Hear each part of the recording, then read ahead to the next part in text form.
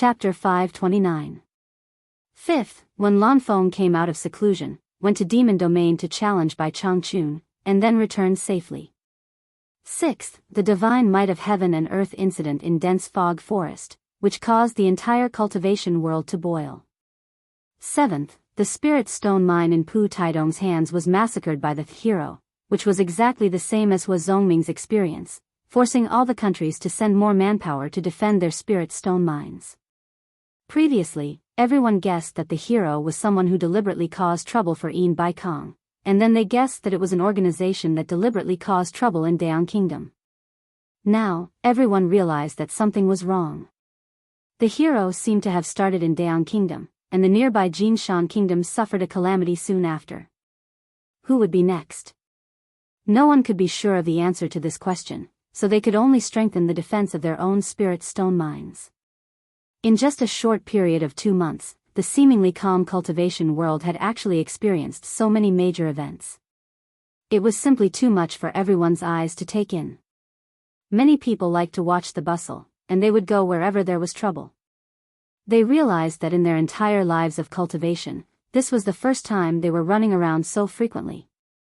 Everyone counted the 7 major events and found that as long as the hero appeared, he would do something that shocked the cultivation world.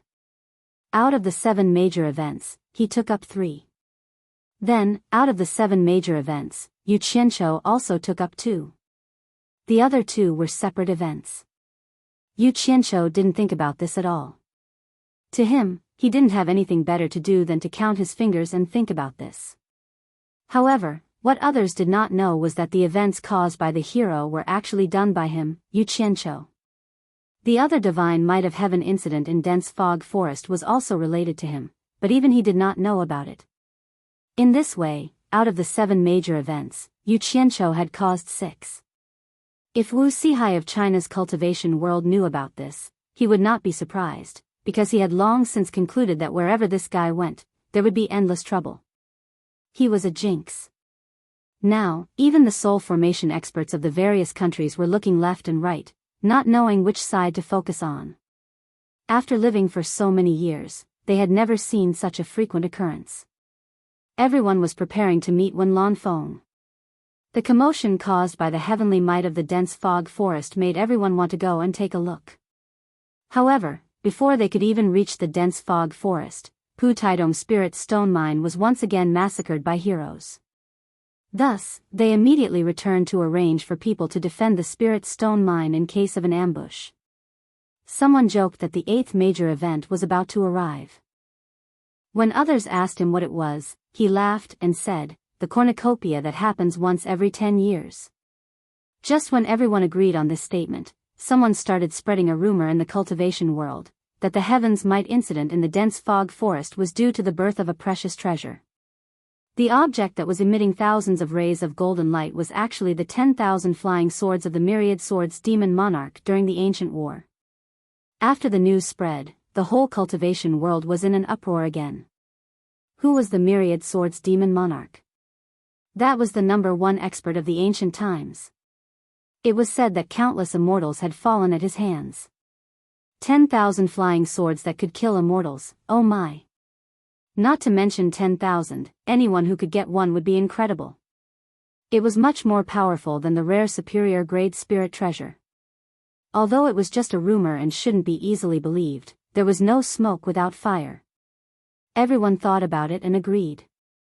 The 10,000 rays of golden light could attract lightning, and in the end, 12 rays of silver light descended from the sky to suppress its power.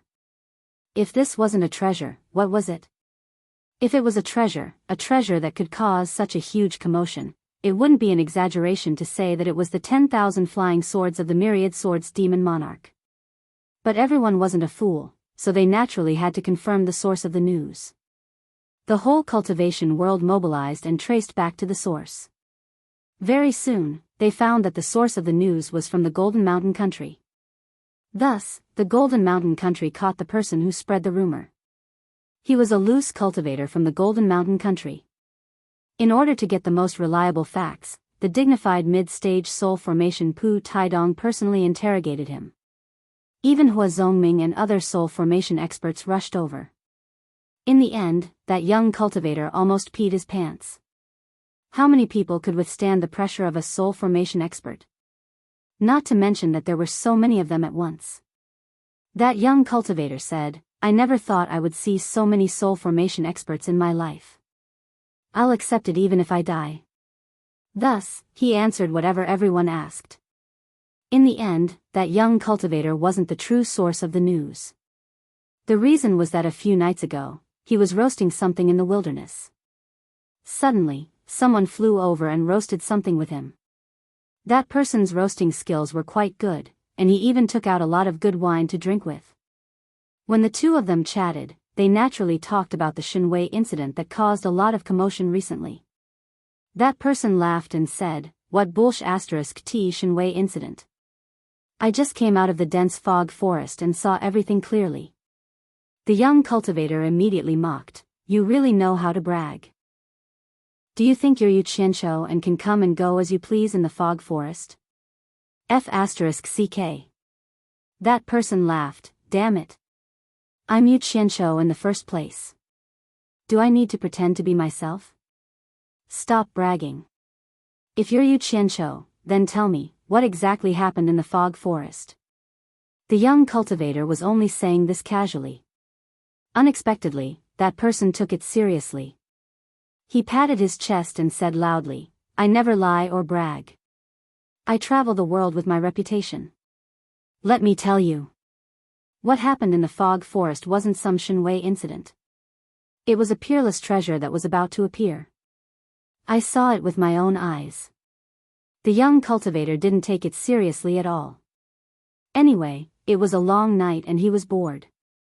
Thus, he joked, "Then tell me what peerless treasure was about to appear?" That person looked at him for a while, then shrugged, "Forget it. It doesn't matter if I tell you. You're just a small rogue cultivator. Even if you tell others, no one will believe you."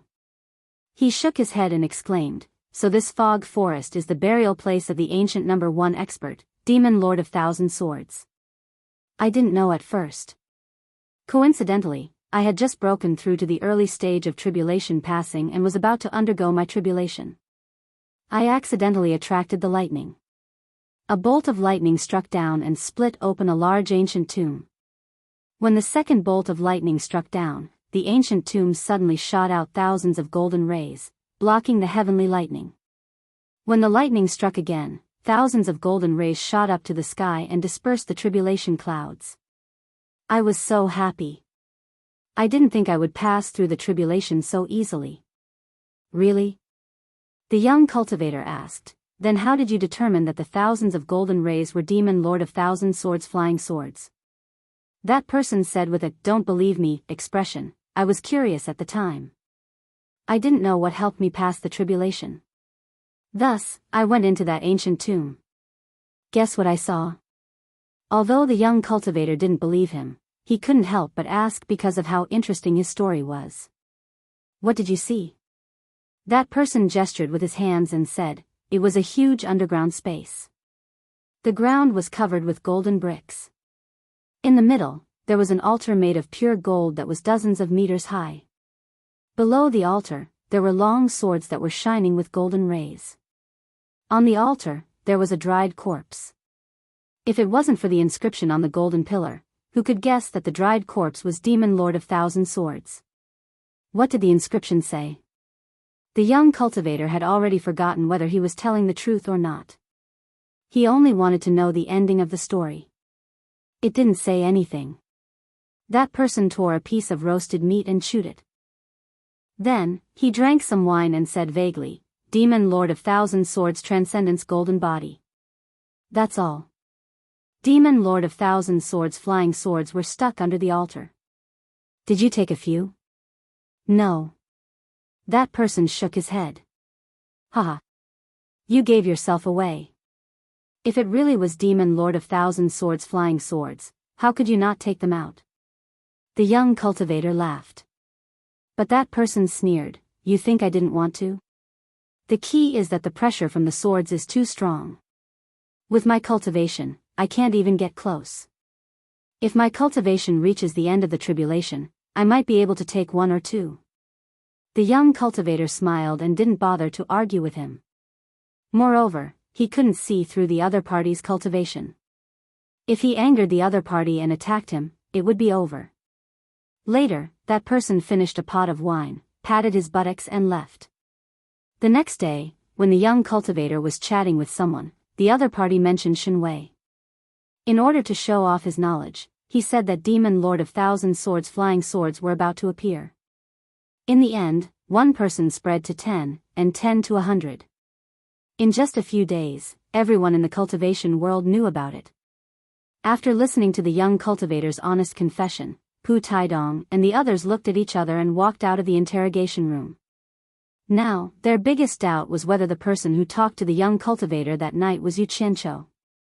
According to the tone of the young cultivator, the tone really does sound like Yu Qianqiu, who likes to call himself lousy. Hua Zongming narrowed his eyes and said, if we can prove that Yu Qianqiu's cultivation has really advanced from the nascent soul stage to the tribulation stage, then that person might really be Yu Qianqiu. Even if it's Yu Qianqiu, so what? When Pu Taidong mentioned Yu Qianqiu, he gritted his teeth and said hatefully, do you think that kid is telling the truth? If there really is such a place, why would he casually tell others when he saw it? At this moment, the eldest disciple by Meng quickly ran over to report, Master, there's news from the foot of the mountain. Yu Qianqiu sneak attacked the disciples we sent to the mining site. Out of the dozen people that little junior brother led, he is the only one left alive. The dozen or so soul formation stage experts looked at each other and shook their heads slightly. It seemed that Yu Qianqiu planned to take revenge. Pu Taidong's face turned red and he shouted, a bunch of useless trash. A dozen or so people can't beat a nascent soul stage cultivator. My old face has been completely lost by you all. Bai Meng didn't dare to say anything. After all, he was the one who lost the most face last time. He just lowered his head and said softly, I heard little junior brother say that Yu Qianqiu's cultivation has increased greatly. It seems that he has already broken through to the tribulation stage. He doesn't even need to use a flying sword to fly. Even if Yu Qianqiu's cultivation has reached the early tribulation stage, so what? Have you ever seen a late tribulation stage cultivator lose to an early tribulation stage cultivator? Pu Taidong was still shouting, but Hua Zongming stepped in between the two of them and waved his hand to interrupt. Bai Meng, you leave first. Chapter 530. Bai Meng glanced at his master's expression and slowly retreated. Yu Qianqiu has already broken through to the early stage of tribulation passing. Interesting. Hua Zongming patted Pu Taidong's shoulder and looked back at the crowd. What do you think? Pu Taidong came back to his senses and said in a daze, in that case, the person talking to this little cultivator might really be Yu Qianqiu? His gaze swept across the crowd. Even if it's Yu Qianqiu, you don't really think there's a treasure left behind by the Demon Lord of Thousand Swords in the misty forest, do you? Everyone was silent. There was still some doubt in this matter. They were all thinking about something. Have you heard of a place? The one who spoke was Zhang Yuan State's Miao Han Yuan. Everyone looked at him, waiting for him to continue. Miao Han Yuan lightly said, Immortal Ascension Stage. What? Someone couldn't help but exclaim. Most of the people present were at a loss. They were unfamiliar with this term, but there were a few who were moved. Pu Taidong looked around and frowned. Miao Hanyuan, what are you trying to say? Don't talk in riddles. Miao Hanyuan glanced at the expressionless Hua Zongming. I'm sure Brother Hua has heard of this place. Hua Zongming smiled disapprovingly and didn't say anything. Sikong Ju, who was standing in the crowd, slowly walked out with his hands in his sleeves. I've heard of this place from my master. Legend has it that in ancient times, when cultivators reached a certain level, they would ascend to the immortal world through a place called the Immortal Ascension Stage. However, this is only a legend. No one knows where it is. Is the Immortal Ascension Stage that Lord Miao is talking about the one I'm talking about? Hee hee. As expected of Yin Baikong's brilliant disciple. You're really knowledgeable. Miao Hanyuan sneered. I happened to read a record in an ancient book. It says that a certain place is paved with countless gold bricks. In the middle, there's a platform built with gold. This platform is called the Immortal Ascension stage. Cultivators whose cultivation surpasses the soul formation stage can ascend to the immortal world. Brother Hua, am I right? Hua Zhongming chuckled. He knew he couldn't hide it any longer, so he said, I also thought it was strange. If the person talking to that little cultivator was really Yu Qianqiu, then why is the ancient tomb that Yu Qianqiu mentioned so similar to the legendary Immortal Ascension stage? The floor is also paved with golden bricks, and there is also a golden platform in the middle. Could it be a coincidence? The Immortal Ascension stage is hidden in the fog forest? Pu Taidong asked in surprise. Miao Hanyuan narrowed his eyes and said, in my opinion, if this Immortal Ascension stage really exists, I'm afraid it's either in the East Holy Land or in the dense fog forest. Everyone nodded in agreement. In this world, only these two places hid secrets that were not known to outsiders. For a moment, everyone fell silent, each with their own ulterior motives. Although there was no confirmation, everyone was certain that the person was Yu Qianqiu. Moreover, the theory that the Myriad Swords Demon Lord's golden body was hidden in the Immortal Ascension stage was very believable. However, even if that was the case, who had the ability to enter the dense fog forest? The only thing they could do now was to capture Yu Qianqiu and force him to reveal the secret of how he could enter and exit the dense fog forest at will. The group of people with ulterior motives took their leave. When there were only 5 people who were on good terms with Pu Taidong left, Hua Zhongming frowned and said, Miao Hanyuan, what the hell are you doing? What he was implying was, why are you forcing me to tell everyone the truth? After Pu Taidong and the others understood the truth, they also gave Miao Hanyuan a questioning look. This didn't make sense. The Myriad Swords Demon Lord's 10,000 flying swords were enough for the 6 of us to share.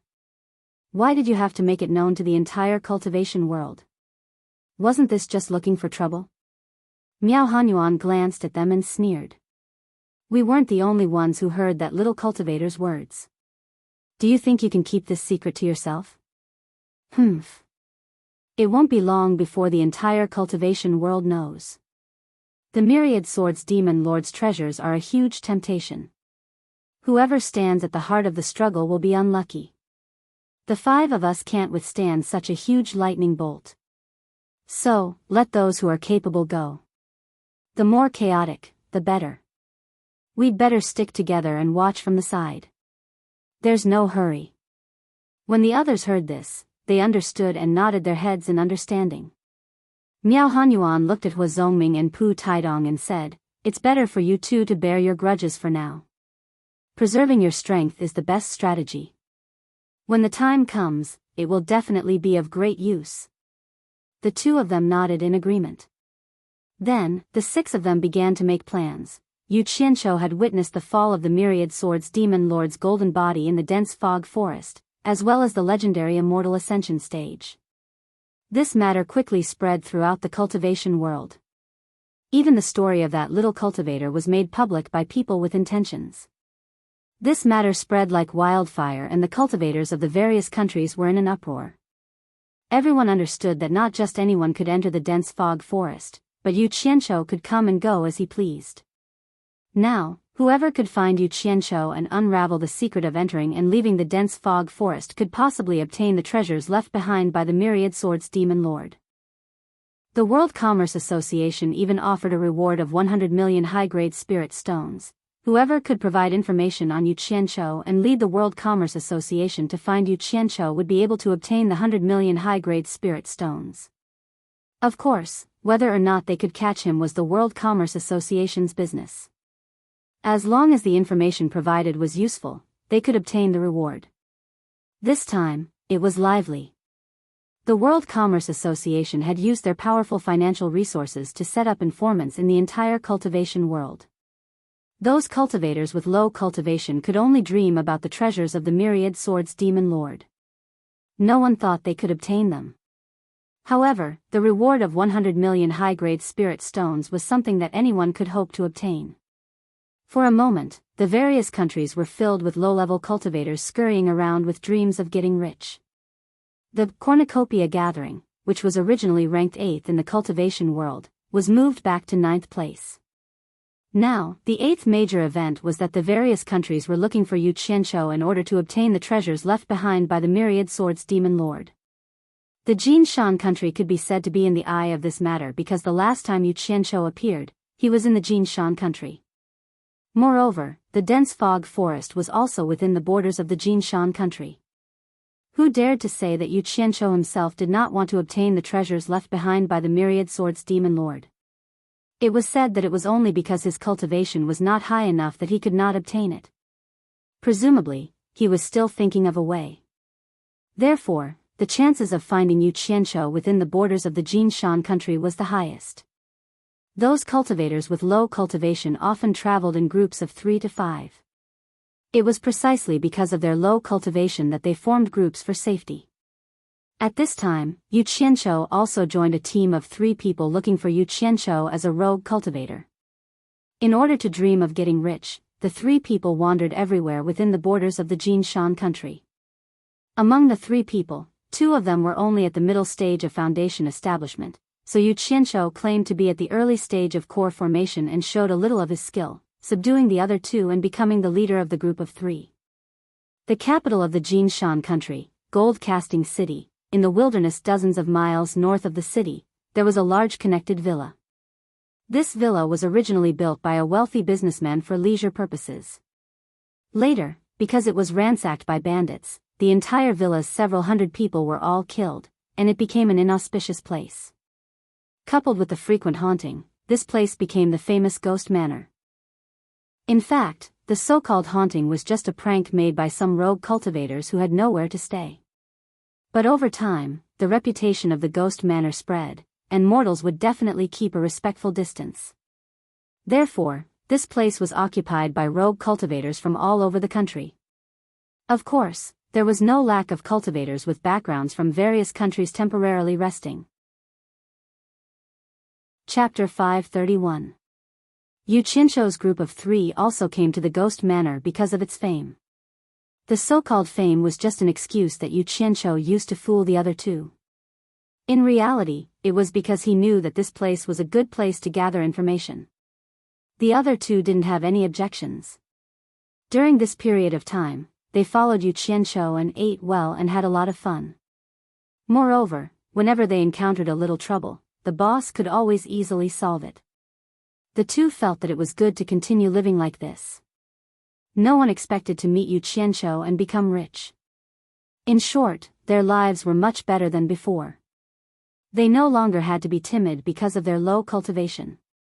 Boss would take care of everything, and they only needed to be obedient and run errands. The Ghost Manor was surrounded by mountains and rivers. Under the lush green mountains, there was a small bridge beside the flowing water. It occupied an area of more than 100 mu and had a grand layout.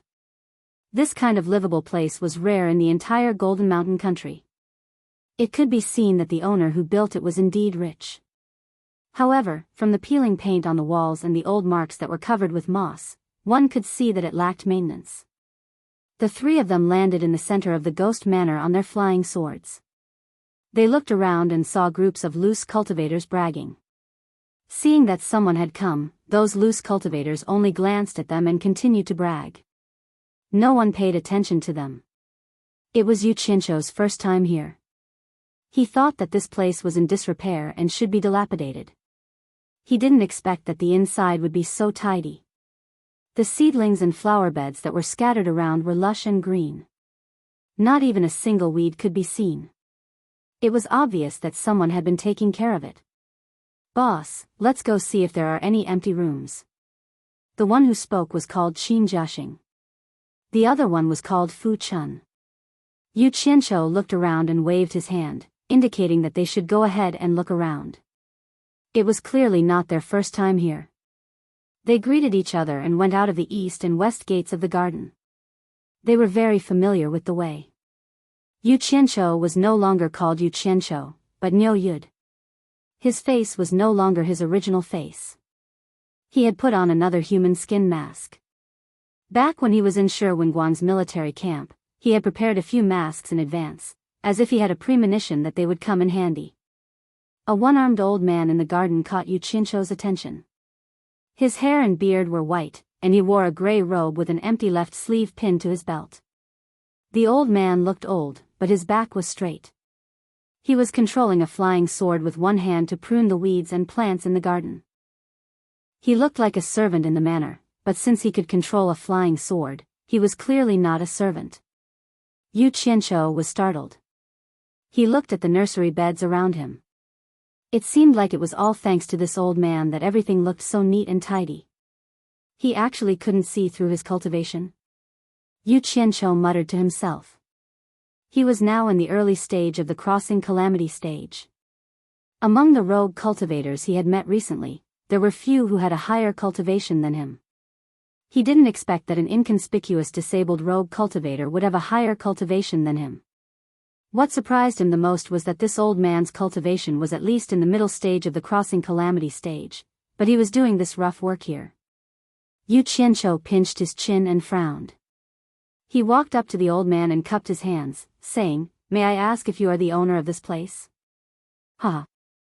As soon as Yu Qianzhou finished speaking, he heard a lot of laughter around him. He looked around and saw groups of rogue cultivators staring at him and laughing. It was obvious that they were laughing at him. Yu Qianzhou looked at himself and touched his face. He didn't find anything wrong, so he didn't know why they were laughing at him. So he cupped his hands and said, "I'm Niu Yud. I'm new here. Why are you laughing at me? But what did I say or do wrong?" When he said this, he looked at the old man behind him with an inquiring look. However, the old man seemed to be oblivious to his own business and only cared about cutting his own branches. "You don't need to say anything. We also know that you are new here," someone said coldly. Then a group of people laughed again. Yu Qianzhou turned his head and saw several people sitting unsteadily on the railings of a corridor separated by a red-crowned branch eaves. One of them was leaning against a pillar and playing with a bamboo flute in his hand. He glanced at him disdainfully, giving off a cool feeling. Yo! He looks so young, but his cultivation has already reached the early stage of the nascent soul realm. No wonder he learned to look at people sideways. Yu Qianzhou raised his eyebrows. He didn't know what he had done to provoke him, so he pointed at him and asked, "Stupid bird, did you say that just now?" Ha! The laughter around him sounded again, but the faces of those people opposite him didn't look so good. They all stood up and shouted at the same time, "Who are you talking about?" "I say, him, there are a few holes in the bamboo, but he's still trying to act cool and make a fool of himself." Yu Qianzhou's tone, as well as his hand gesture, was just short of poking his forehead with his finger. If Nongzhu heard this, she would definitely fight with him. What a joke. What kind of people did Yu Qianzhou usually meet and what kind of things he did? If he randomly picked someone he knew, these guys would look up to him. Just by showing off something he had done, he was able to stun these fellows. Even if it was his own reputation, it was earned through fighting and not through bragging. As long as he flashed his name, he would be able to scare these guys to the point where they would be looking for their teeth on the ground. Nowadays, he had a famous title in the cultivation world. The butcher of the cultivation world. The two sides were not at the same level at all. He didn't want to argue with these low-level people at all, so he tried to be polite when talking to them. Who knew that the world was full of bastards who looked down on others and bullied the weak and feared the strong? He worked hard and risked his life to climb to this point. It was good enough that he didn't bully others casually. How could he be humiliated by others casually? The cultivator with the bamboo flute began to look at Yu Qianzhou directly. When he found that he couldn't see through his cultivation, his face changed slightly. He stretched out his hands to block the people around him and said softly, "His cultivation is higher than mine." After that, he cupped his hands and smiled apologetically to Yu Qianzhou. The other people's faces also changed. They didn't dare to say anything and sat down quietly. In the cultivation world, those who couldn't stand being bullied were usually short-lived, especially these rogue cultivators who didn't have any background. There was always a higher mountain. If you wanted to be tyrannical, you had to bully the weak. If you wanted to compromise, you had to pretend to be a grandson. This was the general rule of the cultivation world. Even those soul formation experts had to smile carefully when they saw Bai Changchun. There were some things and some people that no one could afford to offend. Ha! The people around them burst into laughter again. Yu Qianqiu stared at them and snorted coldly. If it wasn't for the old guy who he didn't know anything about and didn't want to expose himself too much, with his temper, he wouldn't be able to avoid beating these guys, let alone killing them. What he hated the most was those stupid birds who acted cool without any ability. These kind of people were disgusting and should be killed. At this time, Qin Jiaxing and Fu Chun came back almost at the same time. The two of them were slightly stunned when they saw their boss standing beside the old man. Yu Qianqiu raised his thumb and poked the back of his shoulder. Who is this old guy? He ignored me when I asked him. Fu Chun walked over and dragged him with a bitter smile. Boss, this senior is deaf and mute. He can't hear you when you ask him. How can he answer you? Qin Jiaxing laughed slyly at the side. He had a shifty-eyed face to begin with, and this laugh made him look even more filthy. Yu Qianqiu was stunned. Now he understood why everyone laughed at him. He was talking to a deaf and mute stupidly. It would be strange if others didn't laugh. Did you find an empty room? Qin Jiaxing scratched his head at Fu Chun and said, the houses on the east side have all been occupied.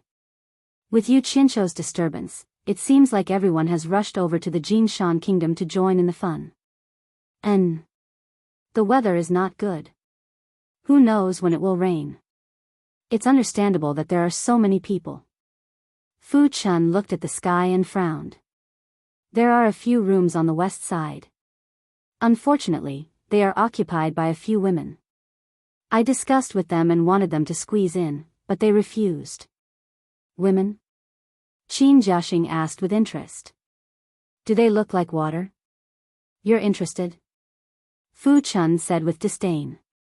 The 6 disciples of the Misty Rain House of Passion Lake. You can go and try. Misty Rain House of Passion Lake? Qin Jiaxing shrunk his head and smiled. Forget it. I can't afford to offend them. Misty Rain House of Passion Lake of Lu Nangua. Yu Qianqiu turned around and asked. Seeing the two of them nodding their heads, he paused and asked. How many rooms did they occupy? Fu Chun shook her head. They are arrogant. 6 of them occupied 6 rooms. Qin Jiaxing muttered. The disciples of big clans are awesome. He could hear the helplessness in his voice. Yu Qianqiu looked up at the sky. It might really rain.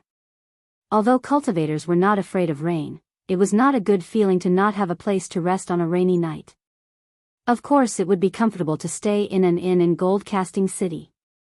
But didn't he want to get some information? Thus, he raised his hand. Bring me there. I will go and talk to them. Qin Jiaxing winked. Boss can handle 2 people at once. It will definitely be settled. He then led the way with Fu Chun. Yu Qianqiu took a few steps and stopped. He turned around and walked to the side of the elder. Although he knew the elder couldn't hear him, he still cupped his fists and bowed. I was ignorant just now. If I offended you, please forgive me. The elder's back was facing him. He continued with his work and probably didn't hear him. Yu Qianqiu didn't mind. He walked in front of the elder and waved his hand. The elder stopped and stared at him coldly. The people around them stared at them. They didn't know what this rascal was trying to do. Yu Qianqiu smiled at the elder to show that he didn't have any bad intentions. He took out a jar of good wine from his storage bag and stuffed it into the elder's arms. He turned around and left. Chapter 532. He had no ulterior motives. He simply felt that this old man's cultivation was not low, but he was willing to give up ostentatious things to do this rough work. He was worthy of respect. His view of life was that he liked to distinguish good and bad from bad, and to see a person's character from little by little. It was that simple. He definitely did not have any ulterior motives towards this old man. Besides, he did not see how this old man could be taken advantage of. However, his actions caused a flash of surprise to flash across the old man's eyes. Then, he threw the wine into his storage bag and continued with his work. The courtyards of large families were indeed deep. After the three of them walked around for a while, they could see groups of 2 or 3 chatting on almost every road. The topics were all Yu Qianqiu and matters related to Mist Forest. Yu Qianqiu's face tightened. There was no need to talk about how depressed he was. He had set a trap for himself, and in the end, he had fallen into it. Yes, he had deliberately spread the news about the Myriad Swords Demon Lord in Mist Forest. His goal was to gather a bunch of people into Mist Forest, and then ruthlessly slaughter a bunch of them, so that they would not bully others with their numbers. To put it bluntly, he was still angry at being hunted down by thousands of people. Weren't you guys crazy for 2 treasured swords? Then now that I have a treasure of the Myriad Swords Demon Lord, I'm sure it will make you guys even crazier. However, he had miscalculated. This bunch of people had all changed their temperaments. They were very patient, and did not make a move. Instead of going to Mist Forest to study how to enter, they had all set their sights on him. Thus, he had tried to seduce them several times in Mist Forest, but they did not fall for it. Instead, they patiently waited for him to come out, prepared to capture him alive, and not prepared to fight him to the death. This caused him to lose his temper, and he could only come out to find a chance to cause trouble.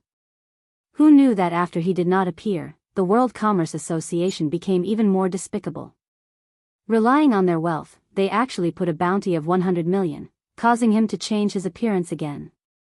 If he had known this would happen, he would have blackmailed Ian Baikong for a few hundred million. How regretful. What depressed him the most was that in order to make his story about the Myriad Swords Demon Lord more believable, he had used the terrain of the basin to make his story more believable. Who would have thought that those guys would be able to guess that it was the Immortal Ascension stage?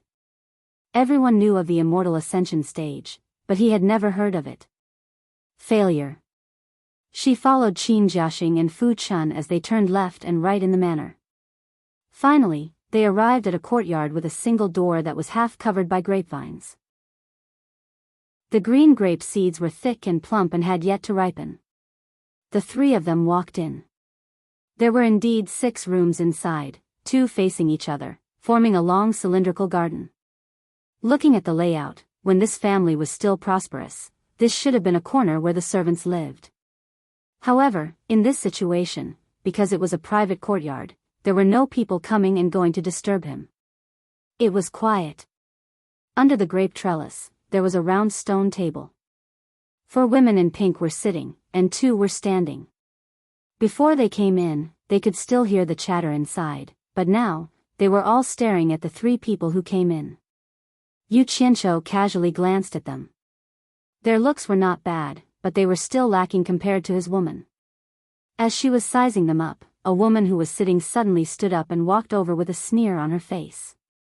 She stared at Fu Chun and coldly said, "What? You still haven't given up?" That woman's eyes were big and bright. She had a round face and a sharp chin. With one look, one could tell that she was not someone to be trifled with. Fu Chun and Qin Jiaxing subconsciously shrank back. To them, a disciple of the Misty Rain House of the Passion Lake could kill itinerant cultivators like them as easily as crushing 2 ants. No matter how powerful Boss Nyo was, he could not face a colossus like the Misty Rain House. The Misty Rain House was indeed a colossus in the cultivation world, but the 2 of them had underestimated their boss. Not to mention the Misty Rain House, Yu Qianqiu had even made a move on the World Commerce Association, which was known as the most powerful force in the cultivation world. Yu Qianqiu's expression immediately darkened. He looked at the 2 people beside him. These 2 underlings had really made him proud. They were really not presentable. Especially in front of a woman. With me here, they actually dared to cower. He could not help but let out a cold humph. He had been eating and drinking well during this period of time. Fu Chun braced herself and stepped forward, saying, "This is our boss. He has personally come to discuss with you." "Boss?" That woman laughed unscrupulously and said, Mere itinerant cultivators dare to call themselves boss in front of the Misty Rain House? You really don't know what's good for you. Come, let me see how much your boss is worth. As she spoke, she walked closer and sized up Yu Qianqiu. Her slender fingers rolled up her sleeves as if she was really going to teach him a lesson. Discuss my ass. Yu Qianqiu was enraged. He pulled Fu Chun to the back and stared at the approaching woman with a cold smile. If you wave that big chest of yours in front of me again, I don't care if you are from the Misty Rain House or not. Be careful that I don't crush it. Once he said that, everyone was shocked. They all suspected that they had heard wrongly. Fu Chun and Qin Jiaxing looked at each other. The 5 women at the stone table were even more dumbfounded. The woman standing in front of Yu Qianqiu opened her mouth wide, her face full of disbelief. When she saw Yu Qianqiu raise his hand, she cried out in fright and took a few steps back. Then, she said angrily, "How dare you? You dare to humiliate the Misty Rain House? Misty Rain House? What a great reputation." Yu Qianqiu chuckled coldly and said, "You were the one who bullied me first. Now, you want to put sh*t on me. You can always find a reason to accuse me. But it's fine. I'll play with you anytime. You're courting death." That woman raised her hand, and 3 silver lights appeared in her hand. Upon closer inspection, they were actually 3 thin needles that were about a foot long. Yu Qianqiu narrowed his eyes. There was actually someone who used such an artifact. "Junior sister, stop." The 5 women at the stone table cried out in surprise. The woman who attacked did not notice, but they realized that they could not see through her cultivation. In addition, from her words, she did not seem to care about the Misty Rain House. Clearly, she was not an ordinary person. This was not their first time in the cultivation world. When they understood that the name of the Misty Rain House could only frighten the timid. When someone really dared to make a move, they still had to avoid the strong and go for the weak. This was something that must be understood in the cultivation world. Otherwise, they would be playing with their lives. However, they seemed to have shouted a little too late. Moreover, in her rage, she did not care about what was right or wrong. A silver light scattered out from her hand, forming a silver rainbow under the green grapevines. It shot straight at Yu Qianqiu's chest. Insignificant tricks. You dare to use them to embarrass yourself. Yu Qianqiu snorted coldly and hit the silver light with his palm. The silver needle went straight into his palm, and his hand immediately clenched into a fist. "Boss!" Fu Chun and Qin Jiaxing cried out in surprise. They rushed over and released their flying swords at the same time. The 2 of them sandwiched Yu Qianqiu in the middle and looked at his fist worriedly. Imagine how it would feel to have a silver needle that was more than a foot long in your hand. Yu Qianqiu glanced at the 2 of them, and his expression became slightly better. Because of the 2 of them retreating, he had a stomach full of anger. But now, it seemed that he did not make a mistake in choosing these 2 as his underlings. At the crucial moment, they still had some conscience and knew to care for him. It was not in vain that he fed them well. Otherwise, he would have made them spit it out with interest. The 5 women at the stone table heaved a sigh of relief. It seemed that this person was just a pretentious flower. However, the expression of the woman who released the flying needle changed. Others might not know, but she knew that the moment the flying needle went into the other party's palm, it had completely severed its connection with her.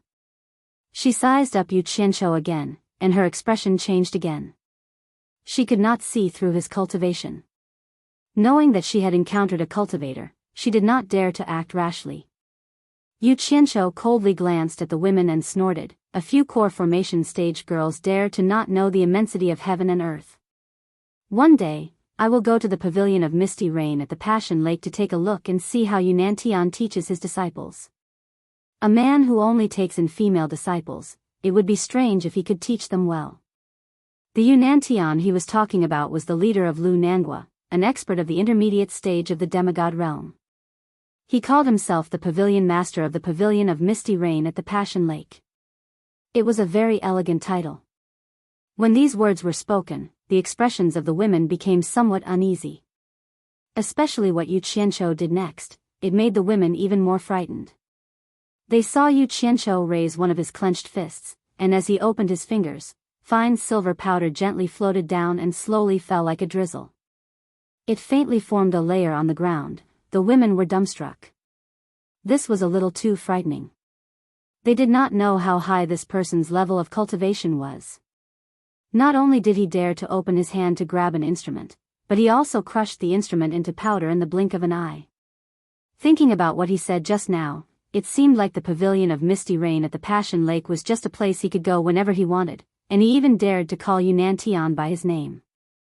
This was not something a normal loose cultivator would dare to say. In addition to this frightening method, the identity of this person in front of them became even more mysterious. Even Fu Chun and Qin Jiaxing looked at each other. Their heads were full of doubts. Only now did they realize that this boss was not simple. Yu Qianqiu expressionlessly glanced at them, but he was secretly very proud. Ever since he understood the gold spell, he did not believe that the gold spell could only play tricks like turning stone into gold. That would be too boring. Thinking about how his master asked Nong Zhu to pass on a message to teach him the water spell, he secretly pondered for a long time. The power of the fire spell was being released, and the power of the water spell was being absorbed. Then, the gold spell should also have a way to release its power.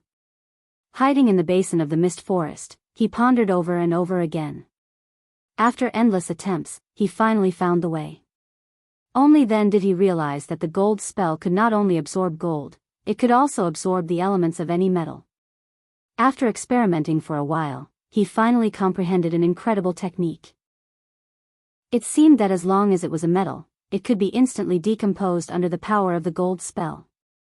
A piece of gold could be turned into gold powder, and in a flash, it could be condensed back into a piece of gold. Whether it was dark steel or nether iron, in short, he tried all kinds of metals that he had. He did not know if he did not try, but when he tried, he was shocked. This gold spell was too domineering. He tried refining instruments with various metal materials from Chenfeng, but none of them could withstand the power of the gold spell. They were instantly turned into dust.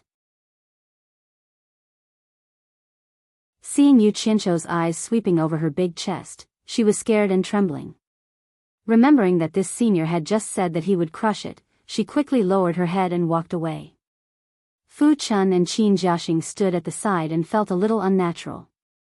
They no longer dared to talk and laugh like before. They didn't expect that they would follow an unknown master.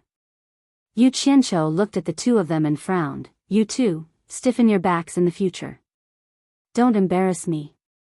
The two of them said yes and subconsciously straightened their backs. It was hard to tell whether they were nervous or excited. They were nervous and excited because this boss was really awesome. Soon, not only were the rooms vacated, but there were 3 of them. The girls gave the best one to Yu Qianqiu. When Yu Qianqiu arrived at the room, he drove Fu Chun and Qin Jiaxing out and asked them to inquire about the news. He was lying on the bed thinking about the problem. He needed to sort out what had happened during this time. If he didn't have a clue and rushed around, sooner or later, he would fall into someone else's trap. There was a woman's body fragrance on the bed.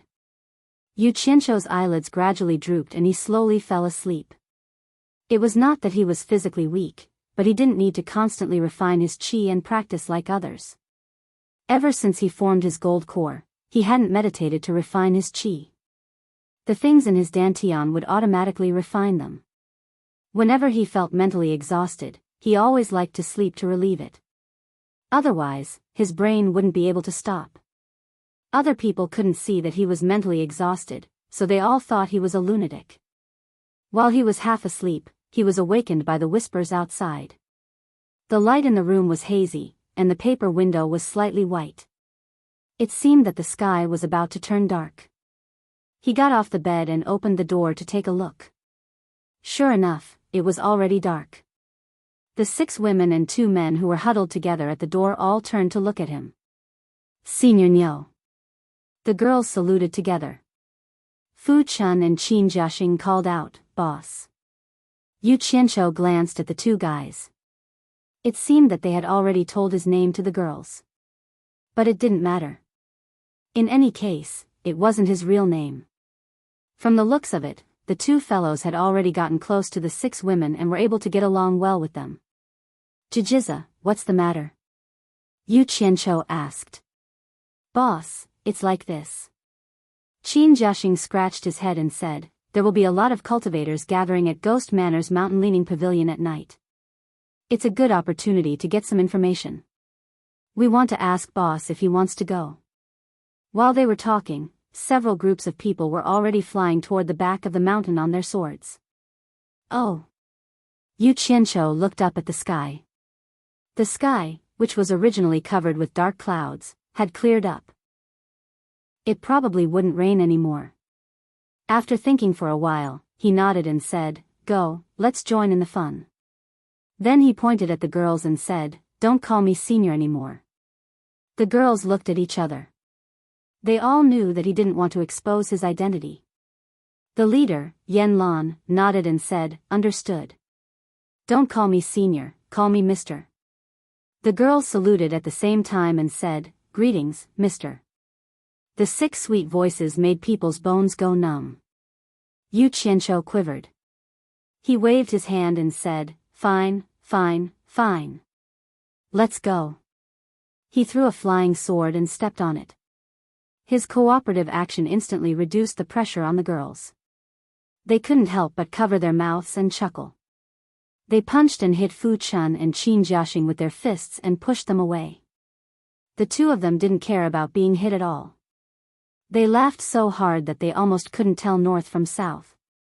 They happily stepped on their swords and chased after boss. Think about it, if they hadn't met boss, the Misty Rain Pavilion's female disciples wouldn't have flirted with them. Their days were getting better and better. It was really a happy life as a lone cultivator. The mountain-leaning pavilion was built on a hillside behind Ghost Manor. At the bottom of the hillside was a flat grassland. Under the night sky, there was a big bonfire in the middle of the grassland.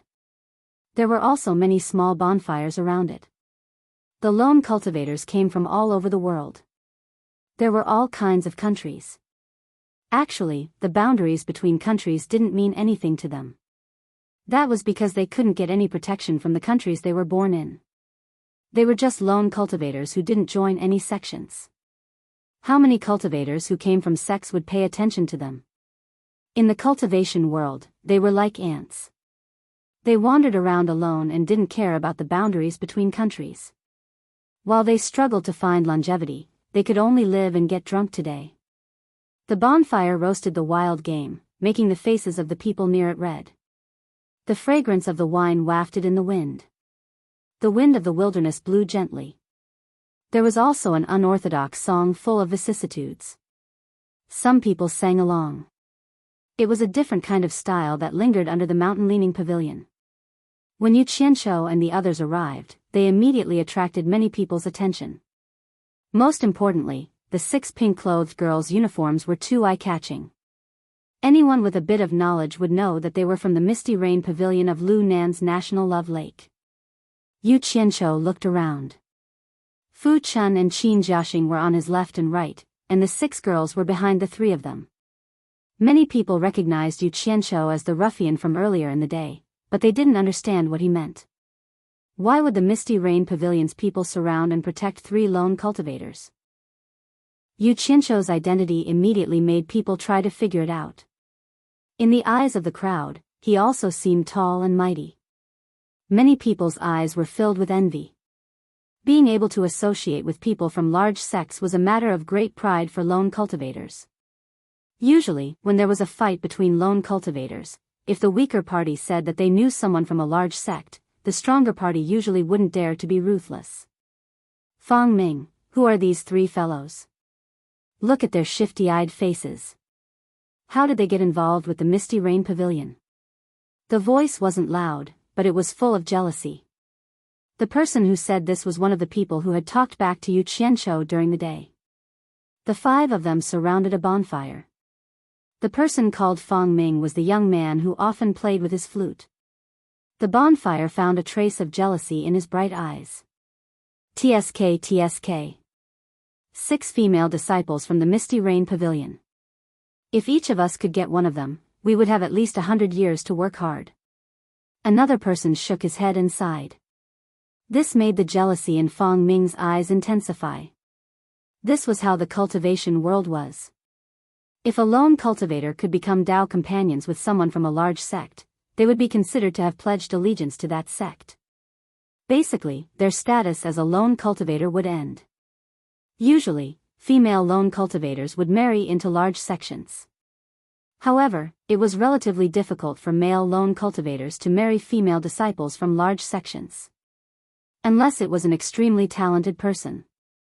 First, it had to be someone that the large sects would take an interest in and want to recruit. Second, it had to be a female disciple of a large sect who took an interest in you and begged you to marry them. Otherwise, the chances would be very slim. The relationship between men and women in the cultivation world was very realistic. For many people, if dual cultivation didn't help, they would rather cultivate alone. That way, it would be less burdensome. Yu Qianqiu looked around with a trace of surprise in his eyes.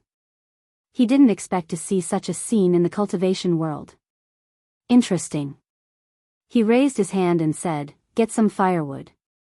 Let's light a bonfire here and join in the fun." Fu Chun and Qin Jiaxing immediately flew into the mountain to look for firewood. The women were more meticulous and immediately cleaned the grass on the spot. What a joke.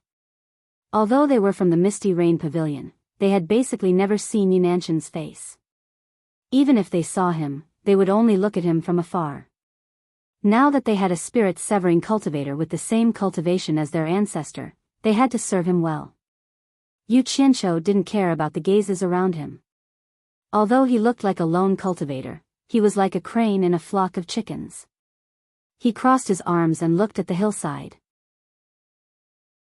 There were 4 incandescent cages hanging on the 4 corner pavilions on the hillside. He could clearly see the situation in the pavilion. A one-armed old man was sitting there alone, holding a jar of wine and drinking alone. Chapter 534. The corner of Yu Qianqiu's mouth raised into a smile. He could recognize that the jar of wine was given to him by him. It was indeed a good wine. It was the Yin Wind wine taken from Yuji of the Demon Ghost region. It was not a good wine that anyone could drink. The old man's eyes seemed to always look at him intentionally or unintentionally. Their eyes met several times. Yu Qianqiu smiled back, but the old man's eyes were still cold. As a result, Yu Qianqiu was very sullen, so he simply turned around. In front of him, nearly 1,000 people had gathered here. They were drinking and eating to their heart's content, giving off a forthright atmosphere of the Jianghu. This was a feeling that Yu Qianqiu liked very much, and it made him feel much better. Heaven, earth, I am here, drifting, where can I go? Under the starry night sky, under the bonfire. Some people bared their teeth and brandished their claws around the bonfire, dancing a strange dance like a big crab. Some people even took out their flying swords and hit them with a clanking sound, singing a wild tune with their mouths. It was a pure man's tune. Pride and frustration were roared out from their throats. Even if they were drunk, they would still wake up. Although the world was big, tomorrow, they would still be unknown little rogue cultivators. You are from the Misty Rain Tower, right? Let us help you. Several people sitting around on the side had been staring here. Seeing the 6 women doing rough work, someone finally couldn't help but start to strike up a conversation. As soon as they opened their mouth, 7 or 8 wolf-like men couldn't wait to get up and rush over here. Get out of here. Hazy Haze roared, scaring several people and making them sit back down. This caused the surrounding people to roar with laughter. Although the laughter was forthright, there was some bitterness hidden in it. It was not known whether they were laughing at those people who were defeated or laughing at themselves for wanting to eat swan meat. Several women were busy around Yu Qianqiu's feet. Yu Qianqiu stood there with his arms crossed, tilting his head to look at the movement just now. There was a faint smile on his face, and he was not angry because of those people's collision just now. In his previous life, he had started out as a commoner, so he naturally had a better understanding of the mentality of the small fry. These people clearly wanted to curry favor with the Misty Rain Pavilion's female disciple, hoping to gain a favorable impression of them and escape their lonely status as independent cultivators. If he was like them now, would he also want to rely on this method to get a higher position? Yu Qianqiu looked into the distance. The answer in his heart was no. He admitted that he was not a good person. Perhaps the methods he used were more bloody, violent, or evil, but he would never use such a method. Because he was ambitious, daring to think, daring to work hard, daring to risk his life, daring to challenge an unfair fate, and unswerving determination to move forward, he was destined to have a bigger stage. If he couldn't succeed, he would just have to die. That was how a man should be. Crawling under a woman's skirt, wagging his tail to beg for pity, or to win sympathy, were just small tricks. Once he did that, the road he had to walk would be even more bumpy, and he would have to endure even more humiliation. At this moment, Fu Chun and Qin Jiaxing each carried a large bundle of firewood back, and they even carried a pheasant and a wild hare in their hands. They showed off to the women, and their faces were full of smiles. This caused the women to cheer, and they grabbed the firewood and prepared to barbecue it. Yu Qianqiu's eyes flickered as he looked at the two of them, and he backed off, making space in the middle for them to pile the firewood. After the bonfire was lit, the few of them sat around it. The three men here could be said to be a thorn in everyone's side, and they were too enviable. There was a man between every two women, and there were two other women who were busy barbecuing. Yu Qianqiu took out a few jars of good wine, and threw them to the few of them. He picked up the wine jars, removed the clay seals, and drank to his heart's content. After that, he put down the wine jars, and attentively listened to the conversations around him. Damn it! His limelight had been stolen by these girls. Yu Qianqiu cursed in his heart, and realized that the people around him were all talking about the 6 women around him, and it seemed like all of them wanted to get close to him. Fortunately, there was still a group of people talking about business. Forget it. Don't look. No matter how delicious the meat is, we can't bite it. Let's talk about that Yu Qianqiu. What's the use of talking about him? That butcher is hiding somewhere, and it's really easy to find him. Have you heard? World Commerce's Guan Zhongkai has already brought a large amount of reward money, and is holding down the fort in Gold Casting City. If anyone can get news of Yu Qianqiu, they can directly report it. It's not just Guan Zhongkai. I heard that there are also 8 World Commerce's late-stage tribulation passing experts following him. Hee. That's nothing. It's said that Yin Baikong's eldest disciple, Sikong Ju, is leading a large group of World Commerce's experts to await orders. As long as they find Yu Qianqiu, they will personally come out. If that's the case, then World Commerce is determined to get him. Of course, World Commerce's wealth is unparalleled, and World Commerce's influence is the greatest in the world. Yin Baikong's cultivation is one of the top 10 experts in the cultivation world. Hey! Look, that woman's breasts are really big. Damn! This can also change the topic. Yu Qianqiu was listening attentively, and almost choked to death by these words that were cut off halfway. Following the gaze of those people, he saw that they were talking about hazy haze, which really made him speechless. Woo! Woo! Woo! Woo! Suddenly, an ethereal and graceful sound of a flute rang out in the surroundings, leisurely floating in the night sky. The surrounding noise suddenly quieted down, and everyone looked for the source of the sound. In the end, everyone's gazes all fell on the hillside pavilion at the top of the hill. On the hillside illuminated by the bonfire, under the incandescent light of the pavilion, a graceful figure was facing downwards. Blue muslin clothes, blue muslin hat, and one couldn't see her true appearance. Her slender jade-like fingers rose and fell, holding a flute vertically and playing it under the cover of the blue muslin. There was a faint and inexplicable sorrow in the song, and no one knew what the player was thinking. Yu Qianqiu could be considered a person who had a rough understanding of music now. Listening attentively, he felt that this woman's tune was filled with endless loneliness, and endless blankness. In reality, this song was a bit out of tune, and was completely played at will. After listening for a while, everyone felt very bored, and began to discuss again. However, they were all guessing what the woman's appearance under the blue muslin was like. Because just looking at that graceful figure, it was indeed a first-class figure. The blue muslin clothes wrapped around a plump and well-proportioned body. She was neither tall nor short, and her hands were also pure white and crystal clear. However, no one knew what her face looked like.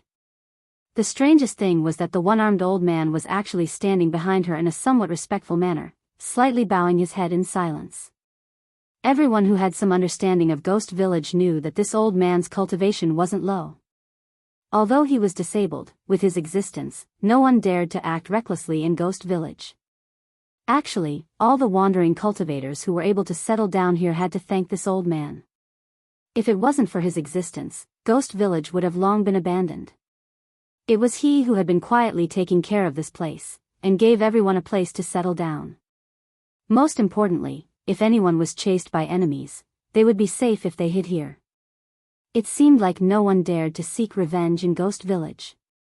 Such a mysterious old man was now obediently standing behind a woman. This was something that none of the wandering cultivators had ever seen before. Everyone didn't even need to think to know that this woman's origin was definitely not ordinary. Do any of you know where this one-armed old man came from? Yu Qianqiu asked the people around him. In any case, he knew nothing about this old man. Qin Jiaxing withdrew his gaze from the leaning mountain pavilion and shook his head. I don't know. In any case, I heard from some wandering cultivators that he has always been here. I don't know when he started. Yu Qianqiu looked at Fu Chun, but he also shook his head to show that he didn't know. On the other hand, Yan Lan frowned and said, this senior's identity is very mysterious. He never talks to anyone and doesn't easily hurt anyone. Therefore, there are rumors that he is deaf and mute. As for whether it's true or not, I don't know. Anyway, that's what everyone says. But what? Yu Qianqiu asked curiously. Yan Lan hesitated for a while and said, the Misty Rain Tower has made it clear that none of our disciples are allowed to cause trouble in Ghost Village. They are also not allowed to be rude to this old man. Otherwise, they will be severely punished. Oh. Yu Qianqiu was surprised and re-examined the one-armed old man. Yan Lan then asked softly, Mister, with your experience, you still don't know where he came from? F***CK. I don't have any experience at all. Yu Qianqiu stammered, N. Woo woo woo. Suddenly, the sound of a flute was heard and joined the flute. It sounded like a flute and a flute were playing together. Everyone looked towards the source of the sound. A person stood up next to the bonfire and blew the flute at the green-veiled woman in the mountain-leaning pavilion. Yu Qianqiu tilted his head and was startled. It was the B***TCH who almost made him attack her earlier in the day. He didn't expect her to be acting cool here again. However, listening to the sound, he realized that the flute in this person's hand wasn't just for fun. He actually knew a bit about music and filled in the gaps in the woman's song. For a moment, it complemented each other and made the song even more pleasant to listen to. However, the four people next to the person seemed a bit disappointed. Good. It's so nice. They all clapped and cheered. Their flattery could drown an elephant. In the end, the flute in front of the mountain-leaning pavilion stopped playing. The woman had already put down the flute in her hand and seemed to be silently watching the scene below. The sound of the flute immediately became monotonous. Fang Ming also stopped playing and glared at the four people next to him. The four people immediately quieted down awkwardly. Fang Ming straightened his expression and walked out from the crowd. He walked towards the mountain-leaning pavilion and stopped at the foot of the hill. He cupped his hands together and said, I am Fang Ming, a rogue cultivator. I suddenly heard the sounds of nature and couldn't help but play together with it. I hope you don't mind my rudeness. After he spoke politely, it seemed like the woman didn't want to talk to him anymore. The night wind blew against her green veil, but she didn't move an inch. Suddenly, a burst of laughter came from below. Someone whispered, "Look, another guy who wants to eat swan meat." Chapter 535. Roars of laughter rang out, and Yu Qianqiu shook his head with a bitter smile. Fang Ming's 4 companions couldn't take it anymore. They all stood up and looked around. "Who is it? Come out and speak if you have the guts." "So what if I said it?" 3 people also stood up not far away. One of them sneered, "Is this ghost manor your family's territory? You don't even allow us to speak." Yu Qianqiu looked at the 3 people and found that they were all nascent soul cultivators. The one who spoke was even at the middle stage of nascent soul. These 3 people's cultivations were not low compared to rogue cultivators. When Fang Ming's 4 companions saw who it was, their expressions stiffened and they stood there awkwardly. It was obvious that they were afraid of the 3 people. Fu Chun smiled and softly said, "Boss, these 3 people are somewhat famous among the rogue cultivators. I heard that they are all at the nascent soul stage. The one who spoke is called Tianyi." At the bottom of the hill, Fang Ming's expression changed.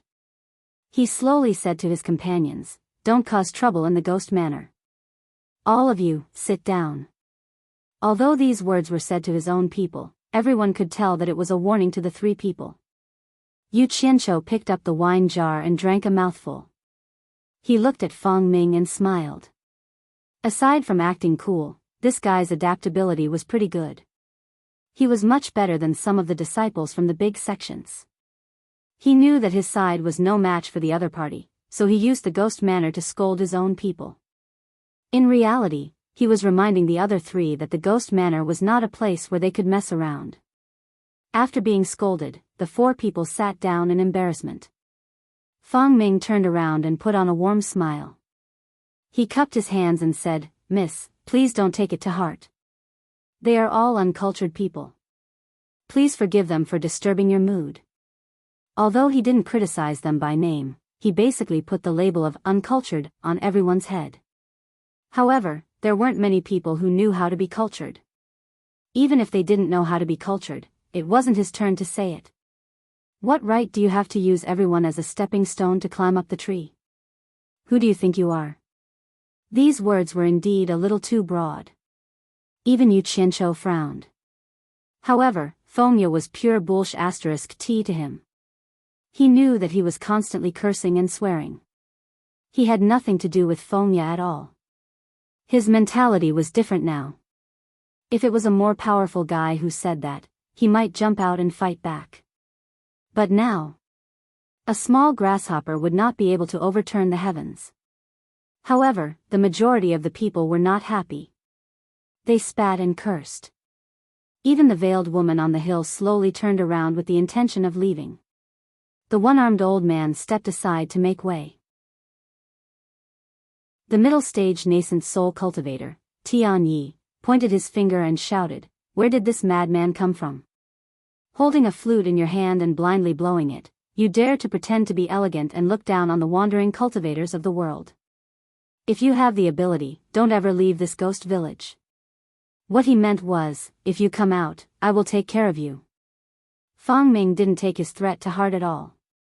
Instead, the veiled woman was about to leave, and his eyes were filled with anxiety. He forced himself to calm down and laughed loudly, "Brother Tian. What you said is wrong. I once had the chance to meet Mr. Nongzhu of the South Sea Purple Bamboo Forest. I saw that Mr. Nongzhu was unparalleled in elegance and was envious of him. That's why I followed his footsteps. Is he really that bad in your eyes? Mr. Nongzhu of the South Sea Purple Bamboo Forest? The famous wandering cultivator who was also a middle-stage soul formation cultivator, Mr. Nongzhu?" The crowd instantly fell silent. The veiled woman who had just turned around also paused and slowly turned around. She seemed to be sizing up Fang Ming. The one-armed old man also stared at Fang Ming with bright eyes. His words shocked everyone. Fang Ming wore a faint smile on his face as he looked around. However, there was an uncontrollable pride in his eyes. His 4 brothers were even more proud and arrogant.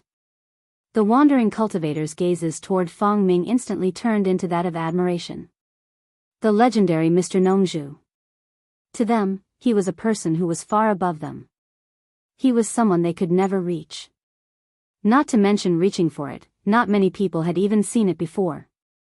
Huh? How does this guy know that old bastard Nongzhu? Yu Qianqiu muttered softly. He pinched his chin and looked at Fang Ming thoughtfully. Although his voice was very soft, Yan Lan still heard it. She looked at Yu Qianqiu with even more respect. This senior Niu was indeed a master. It didn't sound like he was cursing. It seemed like he was very familiar with the legendary Mr. Nongzhu. Yu Qianqiu didn't know that his unintentional muttering had attracted the attention of a pair of bright eyes. However, the pair of eyes was blocked by the green veil, so no one could see it. At the same time, the one-armed old man in the leaning mountain pavilion also glanced over. The rumor that he was deaf and mute was able to hear such a small murmur. Tian Ye's imposing manner suddenly weakened. He didn't understand Fang Ming. He swallowed with difficulty and said, Mr. Nongzhu is naturally elegant.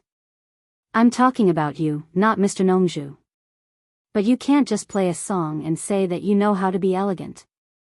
You can laugh at us. As soon as he finished speaking, he immediately sat down. Obviously, he had no intention of arguing with Fang Ming. There was a bright moon in the sky. From time to time, dark clouds would block the moonlight, and then they would be blown away by the breeze. The bonfires below were crackling. While the crowd was still in shock, Yu Qianqiu calmly picked up a piece of dry wood and threw it into the bonfire. Watching the rising red flames, he sighed in his heart. He used to hang out with the upper-class people in the cultivation world every day. He didn't know how many times he had quarreled with Nongzhu and how many times he had argued with him. However, when he said the name, Mr. Nongzhu, so many people didn't even dare to breathe heavily. It was really awesome. What he didn't know was that when he said the name, Yu Qianqiu, it could also shock these rogue cultivators. What a joke. Yu Qianqiu had killed more than 2,000 cultivators from different countries, all of whom were above the original infant stage.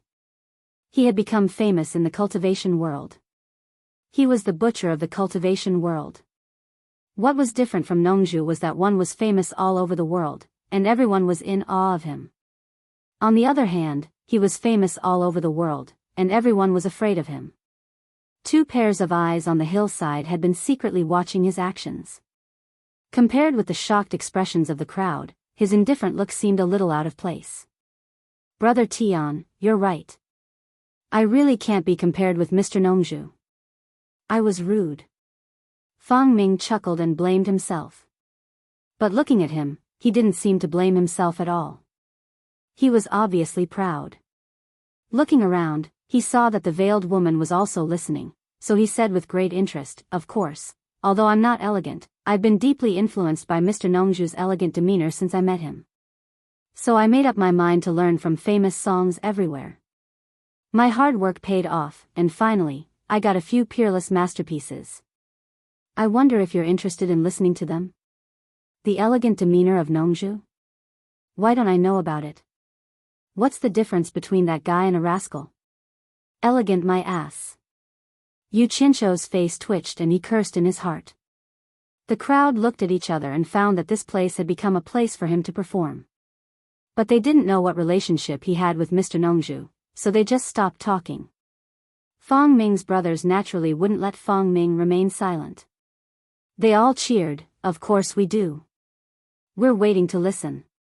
I wonder what peerless masterpieces they are. Fang Ming laughed heartily and spoke to the crowd in a graceful manner. Everyone is probably here for Yu Qianqiu, right? But you should know that although Yu Qianqiu is cruel and merciless, and is hunted by many countries, he's a peerless genius in music. Yu Qianqiu. Hearing this, everyone immediately whispered to each other. They really hadn't heard anything about Yu Qianqiu. You asked me, I asked you, but no one had heard of him. Yu Qianqiu slightly opened his mouth in astonishment. He thought to himself, why are you talking about me?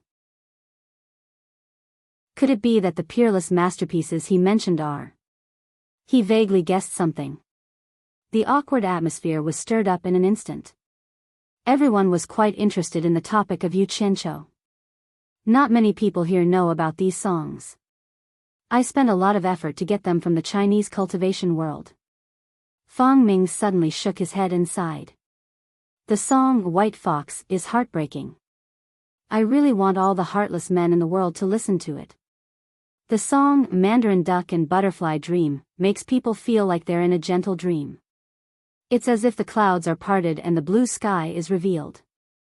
When the song ends, people wake up, but the tear stains are still there. The song Laughing at the World of Mortals laughs at all the funny things in the world. The vicissitudes of life are like passing wind and clouds. All I want is to be free and unfettered in this life.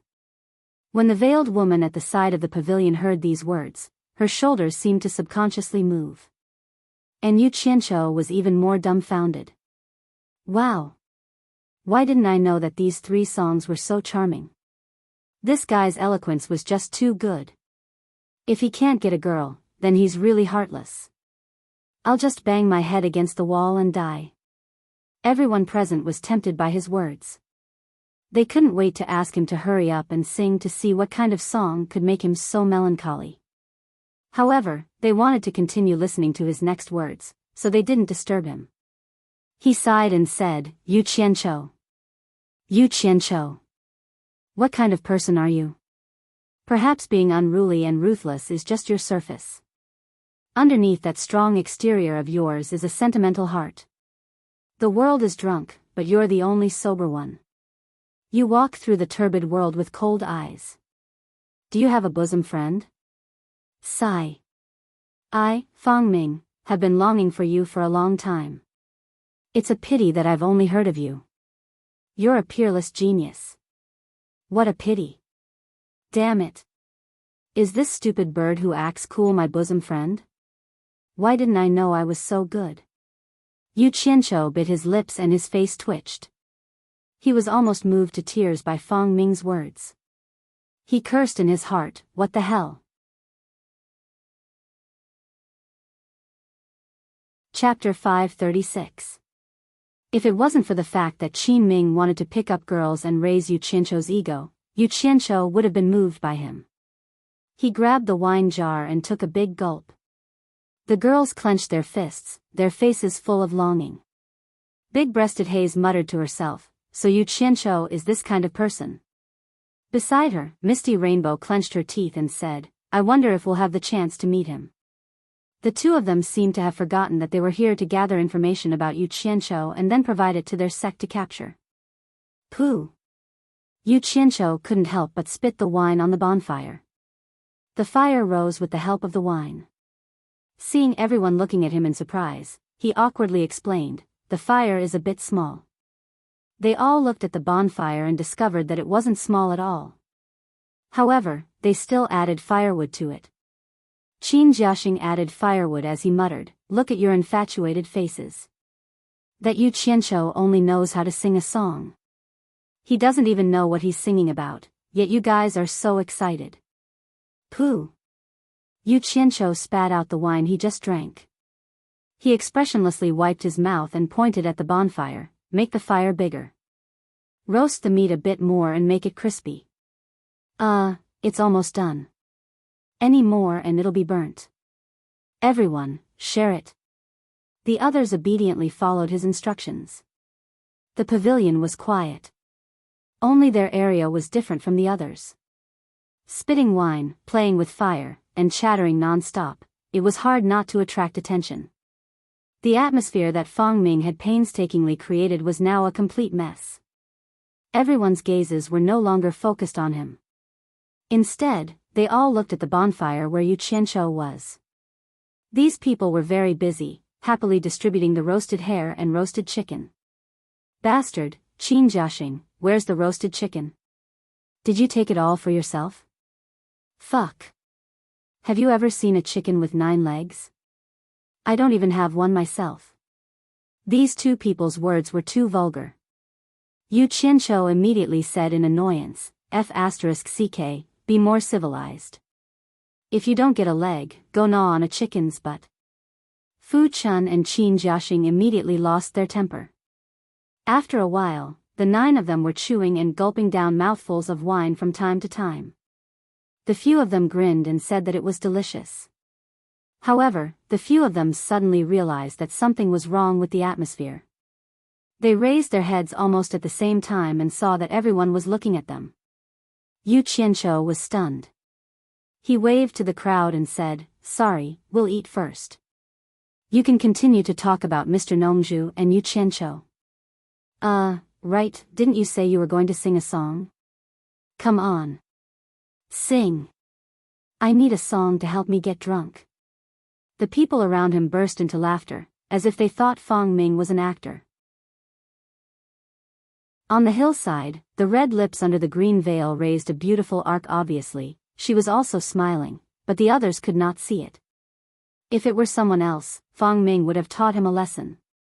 However, it was this guy who wanted to teach him a lesson during the day. Fang Ming could only swallow his anger. However, his face was not good. He said in a low voice, "It's okay if you don't take me seriously, but don't tarnish Mr. Nongzhu and Yu Qianqiu." This guy was good at talking. It was obvious that he was using the 2 gods to suppress the other party. However, when it came to talking, Yu Qianqiu was not afraid of anyone at all. Moreover, Yu Qianqiu did not take the 2 gods seriously at all. It was useful to scare other rogue cultivators, but it was really a mistake to scare Yu Qianqiu. Is there something wrong with your brain? Don't use others to support you. When did I tarnish Nongzhu and Yu Qianqiu? Yu Qianqiu thought that he had never seen someone so protective of his grandson. He drank a mouthful of wine, picked up a half-eaten drumstick, pointed at Fang Ming, and said, "Anyway, even if I tarnish Nongzhu and Yu Qianqiu, it's none of your business. I did tarnish them. What's wrong with that? If the 2 bastards have a problem with it, tell them to come to me. Don't meddle in other people's business." His words were so arrogant that Fang Ming was speechless. He did not mention Yu Qianqiu. Fang Ming thought that he could scare Nongzhu by mentioning Nongzhu, but he dared to curse Nongzhu by mentioning her name. It seemed that he was not afraid that his words would fall into Nongzhu's ears. It was impossible for Yu Qianqiu to be afraid. He had scolded Nongzhu many times in front of her, not to mention behind her back. Fu Chun and Qin Jiaxing looked at each other. Their boss was so awesome. No wonder his family name was Niu. Yan Lan and the other girls were full of admiration. This senior might be even more powerful than Mr. Nongzhu. Otherwise, who would dare to curse a master at the middle stage of Huashan realm like this? The place suddenly became quiet. Only the crackling of the bonfire could be heard.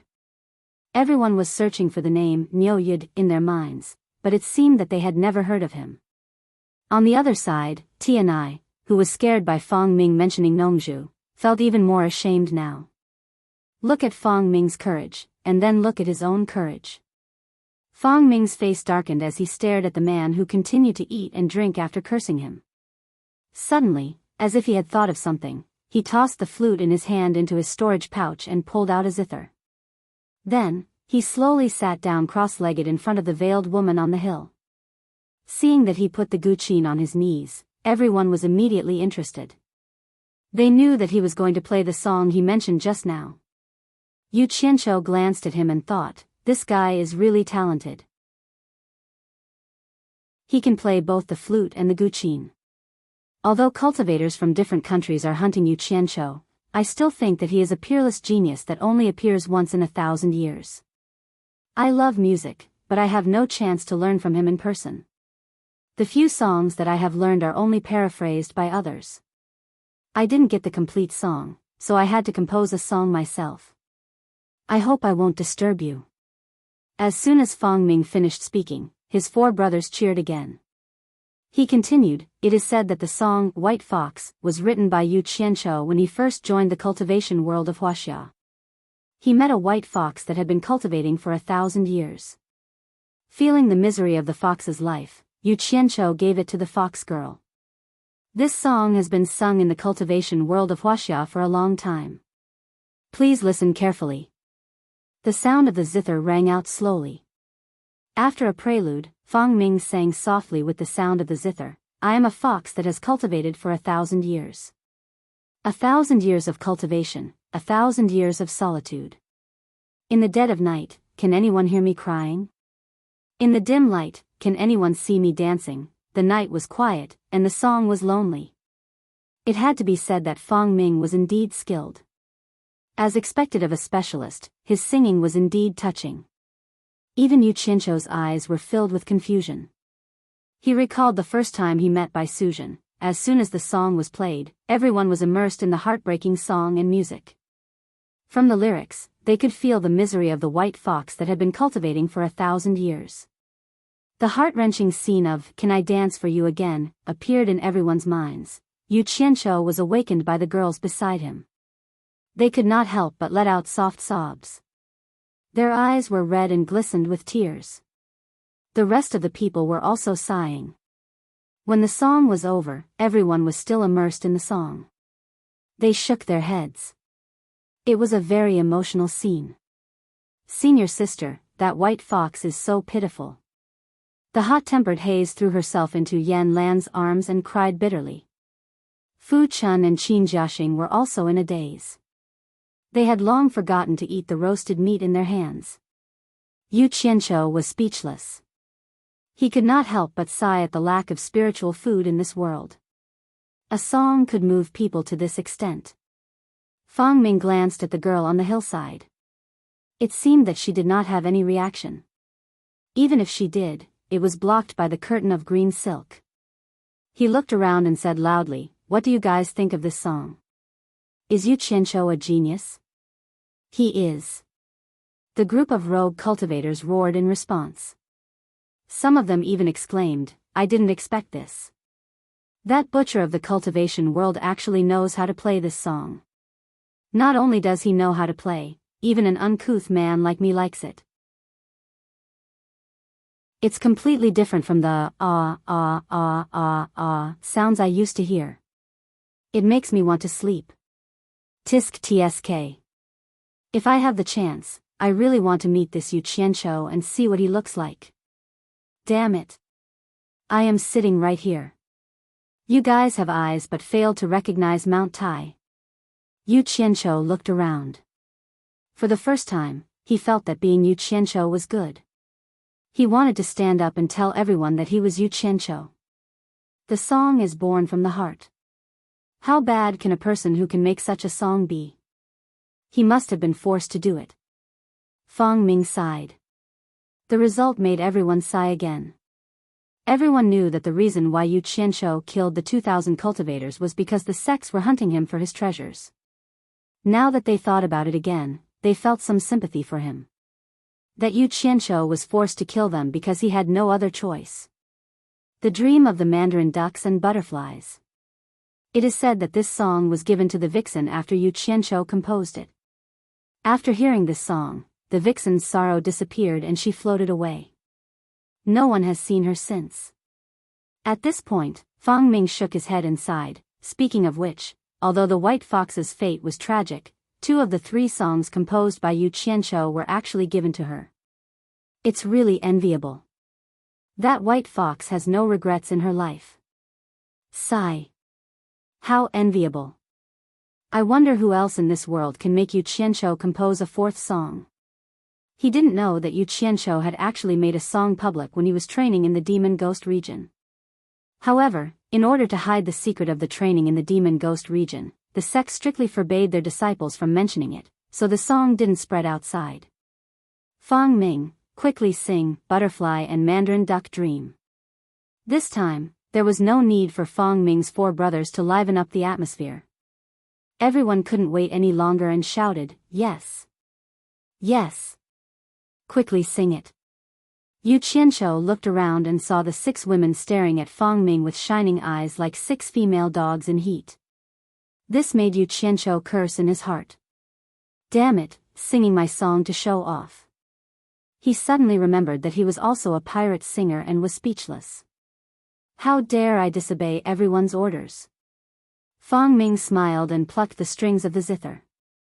After the beautiful prelude, he sang with a hint of melancholy. Yesterday was like the east flowing water, far away from me and can't stay. Today my heart is in chaos and worries. If I cut the water with a knife, it will flow even more. If I drink to drown my worries, it will make me worry even more. If I cut the water with a knife, it will flow even more. If I drink to drown my worries, it will make me worry even more. Under the night sky, the bonfire flickered. The group of people was relaxed and happy, and their hearts trembled with every word of the lyrics. The feeling of cutting the water with a knife, the feeling of powerlessness to drown one's worries, seemed to have been experienced by everyone. The song vividly interpreted the artistic conception. It couldn't be described with the word wonderful. No one had ever heard such a divine song. At the end of the song, many people looked at the wine pot in their hands and murmured, "If I drink to drown my worries, it will make me worry even more." What a beautiful song. The tears on Hazy Haze's face hadn't dried yet. She crossed her arms and said in annoyance, "Yu Qianqiu, where are you? It would be good if I could see you. You can't die." The other women were even more stunned. Even Yan Lan murmured as if she was in a dream, "If I cut the water with a knife, it will make me laugh even more." This Yu Qianqiu is really a wise man who has seen through all kinds of life. In just a few words, he has described the joys and sorrows of a man and a woman. Every word is a gem. Dream of mandarin ducks and butterflies. The title of the song is so beautiful. Yan Fei bent her legs and supported her chin with her hands. Her eyes flashed with dreamy brilliance and said, "I really want to see what Yu Qianqiu looks like now, yes." Yan Qing said in a daze, "I think he must be a handsome man." A group of love-struck fools. "I'm sitting right next to you." Yu Qianqiu rolled his dead fish eyes and looked back and forth at the 6 women unwillingly.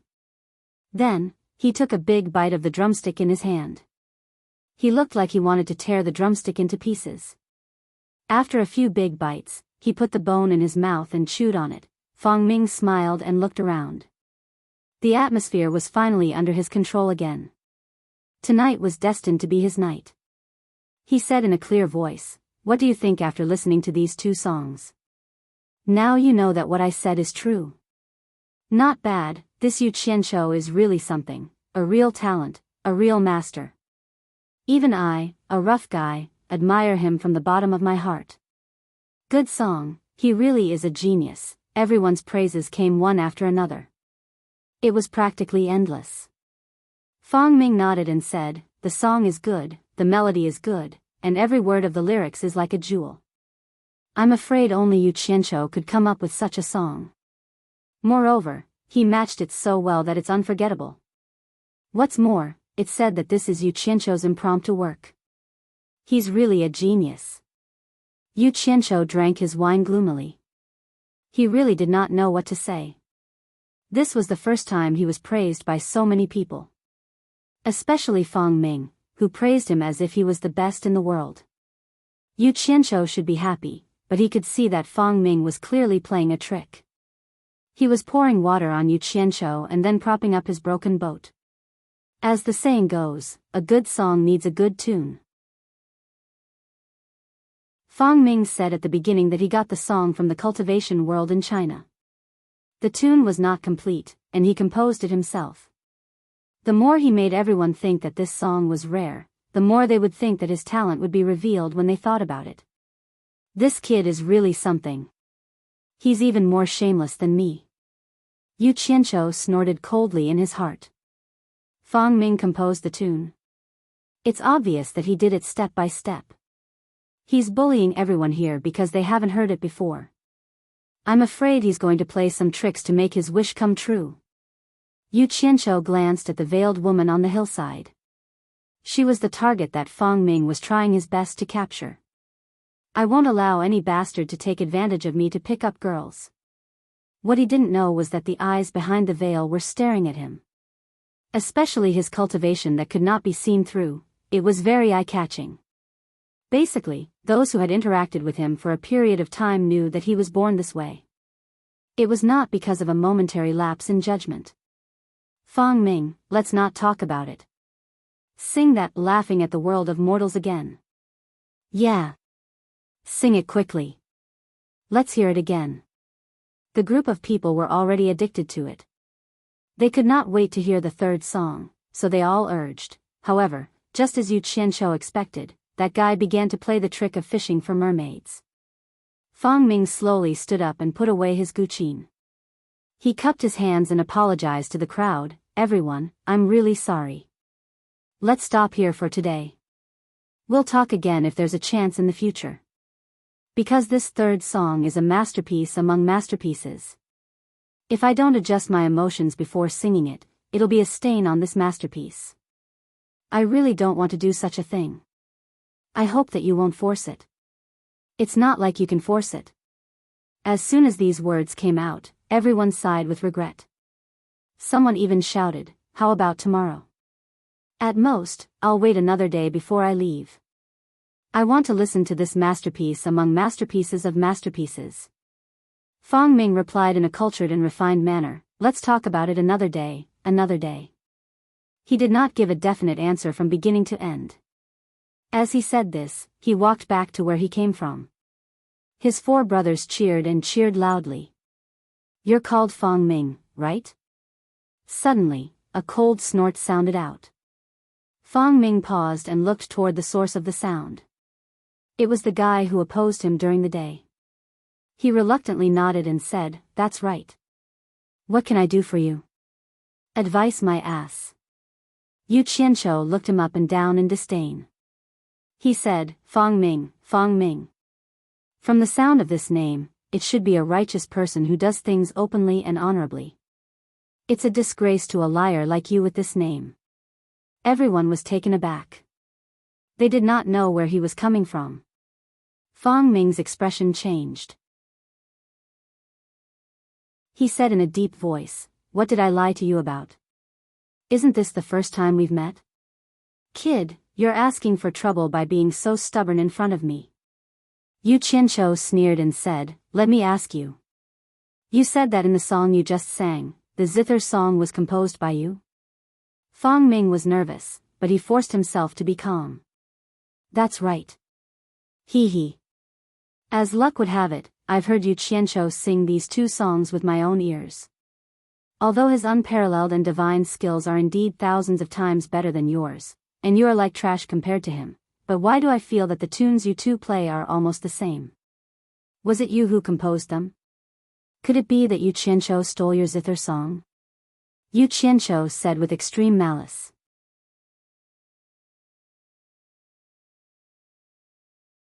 Chapter 537.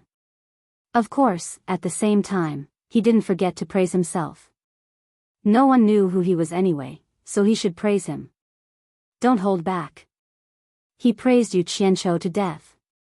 Everyone was in an uproar when they heard this. Then, they began to whisper to each other and looked at Fang Ming in confusion. After listening to him play 2 songs, everyone was still thinking about it. Although they knew that he was showing off, they were still amazed by him. Now that they suddenly heard this, they felt as if they had swallowed a fly. Fang Ming's 4 brothers stood up and waved their arms in anger. How dare you? Where did this madman come from? Niu Yud, don't spout nonsense. Yu Qianqiu turned to the 4 of them and said indifferently, don't think that no one dares to touch you in the ghost village. I don't care if it's a ghost village or a god village. Try pointing fingers at me again. Do you believe that I won't pull out your tongues and knock out your teeth right now? Fu Chun and Qin Jiaxing winked at each other. They seemed to be a little excited. This boss was too awesome. The 6 women looked at each other. They already knew that Niu Yud was a soul formation stage master, so they didn't doubt that he would do what he said. The 4 men's faces were flushed red. They didn't dare to make the first move, so they definitely wanted to save face with their words. However, they were stopped by Fang Ming. Fang Ming was a smart man. He could tell that this person's words and actions weren't just for fun. His eyes were filled with indifference, as if he viewed human life as nothing more than grass. He would definitely kill anyone if they didn't get along. Most importantly, they might not be a match for this person. Why do you want to cause trouble for me again and again? Have I offended you in the past? Fang Ming asked loudly. It was a very smart question. The meaning behind it was obvious. He was telling everyone that this wasn't the first time this person had caused trouble for him. He was slandering him again. Those who saw the two arguing during the day also nodded slightly. They suspected that this Niu Yud was really causing trouble for Fang Ming. "Cause trouble for you?" Yu Qianqiu said disdainfully, "Do you think you're worth my trouble? If I really wanted to cause trouble for you, you would have lost your life long ago. How could you have the chance to swindle and deceive everyone?" He was telling the truth. If it wasn't for the fact that he wanted to keep a low profile, he wouldn't have let Fang Ming off during the day.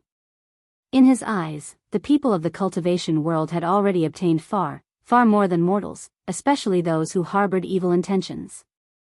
It was fine if they didn't cause trouble, but once they did, the harm they suffered would be much greater than that of mortals. Therefore, to him, it was better to kill than to spare. The word sympathy was something he had never even thought about. However, he thought that he was low-key, but in reality, he was the kind of person who couldn't be low-key even if he wanted to. His entire body was covered with hard thorns that would stab people no matter where he was placed. With this kind of character, how could he keep a low profile? Who knows? I believe that you have the ability to kill me. Fang Ming glanced at the veiled woman beside the leaning mountain pavilion and said in a deep voice, "You keep saying that I'm a liar, but you should at least show me the evidence. You can't accuse me of being a liar just because of what you said. That's a little too ridiculous." He could be considered to have swallowed his anger. Even after being ridiculed, he still maintained a certain degree of politeness. There was nothing he could do about it. The other party dared to turn against him, but he didn't dare to.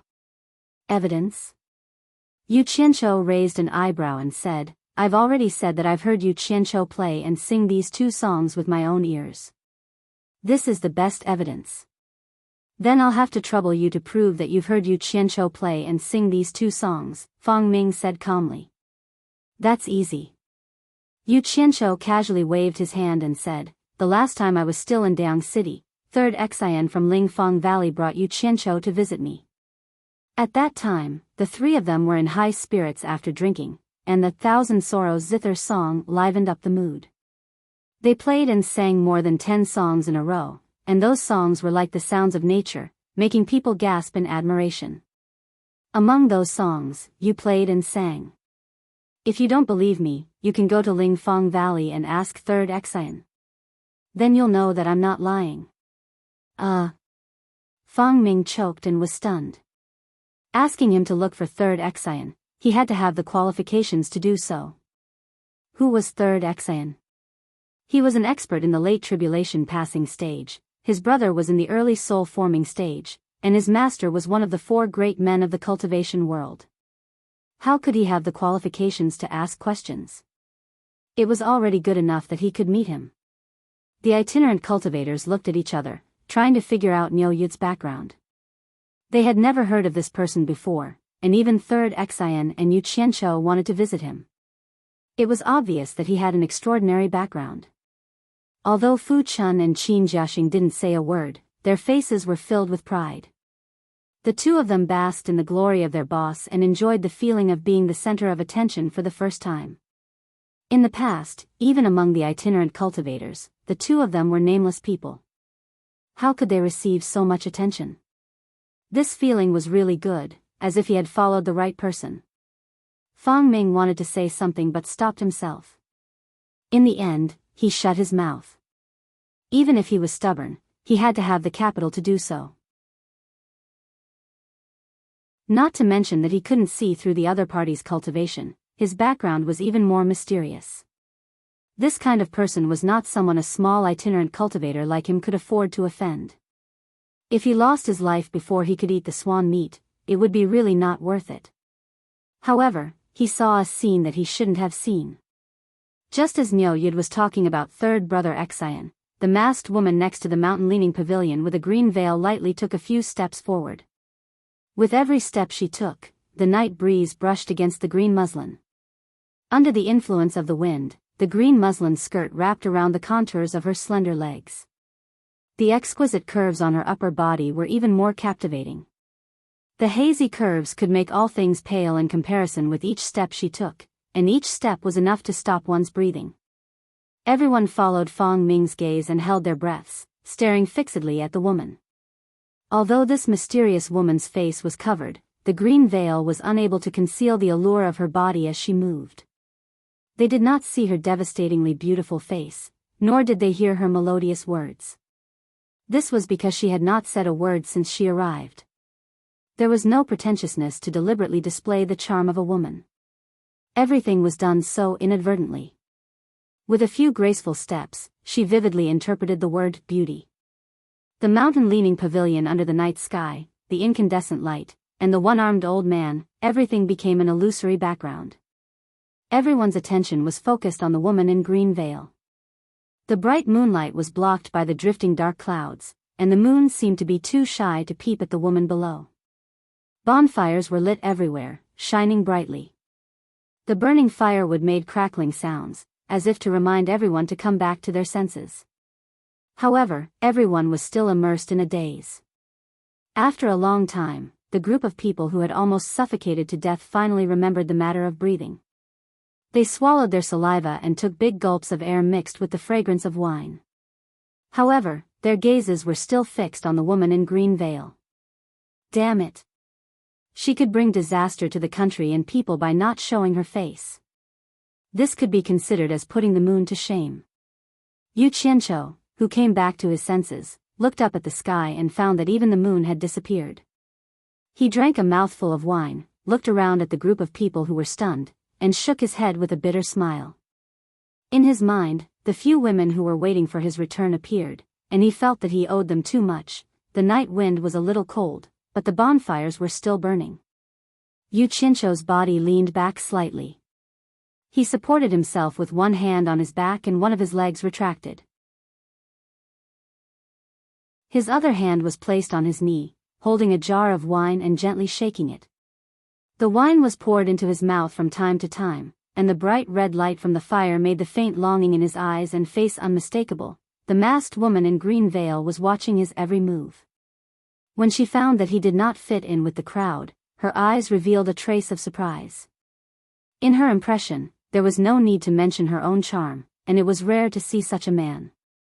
Of course, there was also that person, that arrogant legendary figure, who was also an exception. That person was too arrogant, arrogant to the bones. However, that person did indeed have the qualifications to be arrogant, arrogant to the point of ignoring everything. What beauty, in his eyes, was just a skeleton. When it was time to make a move, there was no reason to talk, so beautiful. Yanxia said dreamily, looking at the dazed looks of the men around her. She slightly lowered her head to look at the big chest that she was usually proud of, and subconsciously shrank her chest. For the first time, she found that it was really stupid to rely on big breasts to attract men's attention. Look at him, he just took a few steps, and the effect was far more attractive than her own chest. It is very beautiful. Yan Lan let out a sigh. After all, these women were women, so they were the first to come back to their senses, but their faces all showed a look of shame. The sound of the wine being drunk attracted the eyes of the women. The women were surprised to find that Senior Niu Yud was indeed a master, and he was not on the same level as the stinky men around him.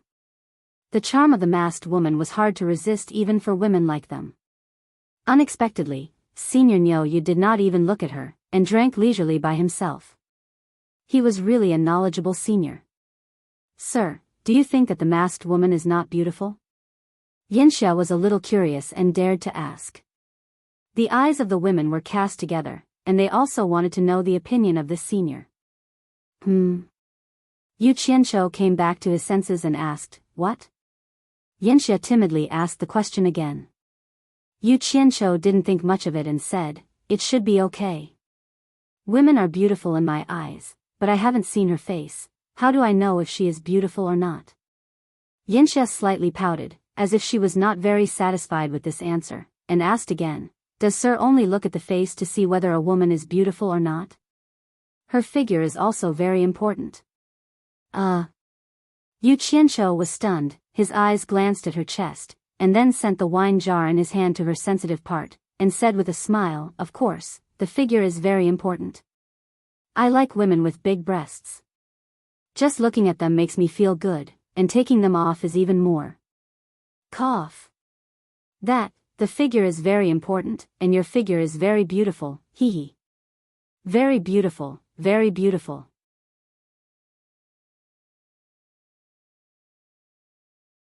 Chapter 538. Hazy Haze's face turned red. Under the light of the fire, it became more and more red. She covered her chest with her arms, trying to block Yu Qianqiu's gaze. She whispered, "I'm not talking about me." The other women were seduced by these words and subconsciously looked at their chests. They also crossed their arms to cover their chests. Their cheeks were all red, and they all muttered in their hearts, "This senior Nyo doesn't know how to restrain himself when acting like a hooligan." Many people's gazes had already been attracted by the 3 words big breasts. Fu Chun and Qin Jiaxing were even more dumbfounded. The two of them really didn't expect that their boss would actually dare to say such a thing in front of so many people. They immediately threw the veiled beauty to the back of their minds and looked at this rare animal like their boss. "What are you looking at?" Yu Qianqiu glared at the two of them, and then awkwardly explained to Hazy Haze, "It was a slip of the tongue, a slip of the tongue, I absolutely didn't mean anything else." However, the figures of the women shrank, a little bit to guard against thieves. Especially their eyes, they obviously didn't believe that he had made a slip of the tongue. "Damn. I obviously want to flatter you, but you actually treat me as a pervert." Yu Qianqiu opened his mouth and shook his head speechlessly. He was too lazy to explain, and he couldn't explain it clearly. Many people around him snickered, laughing that he was really a kindred spirit. If someone was more careful, they would find that the direction of the veiled woman's veil had changed a little. It seemed to be facing the direction of Yu Qianqiu. Obviously, she had noticed this Niu Yud. Fang Ming always paid attention to her movements and naturally noticed this. Just now, the beauty of the mysterious woman's graceful steps had left an indelible mark in his heart. Before, he had the heart to climb high branches, but now he had the impulse to get close to her. This couldn't be blamed on him. A graceful lady was a gentleman's desire. Any normal man would like beautiful women. However, if he was jealous of a beautiful woman, he had to consider the consequences. Fang Mingben had already suppressed his irrational action of clashing with Yu Qianqiu, but after seeing the peerless elegance of this beautiful woman, his heart began to beat wildly. Even if this woman did not have a mysterious background, it would be enough to satisfy him for the rest of his life if he could obtain her, not to mention that she might have a profound background. Originally, there were already signs of success when the conditions were right, but this Niu Yud forcefully stopped it. Moreover, such a peerless beauty had actually shifted her attention from him to Niu Yud. This was intolerable. Fang Ming's face was livid and shouted, "Niu Yud, how dare you say such obscene words in public? Aren't you afraid of being a disgrace?" Yu Qianqiu was slightly startled. Just now, he had thought that this fellow was tactful. He did not expect that this fellow would openly flip out at him. Yu Qianqiu did not know what was wrong with him. She sized him up in confusion and said, "That's strange.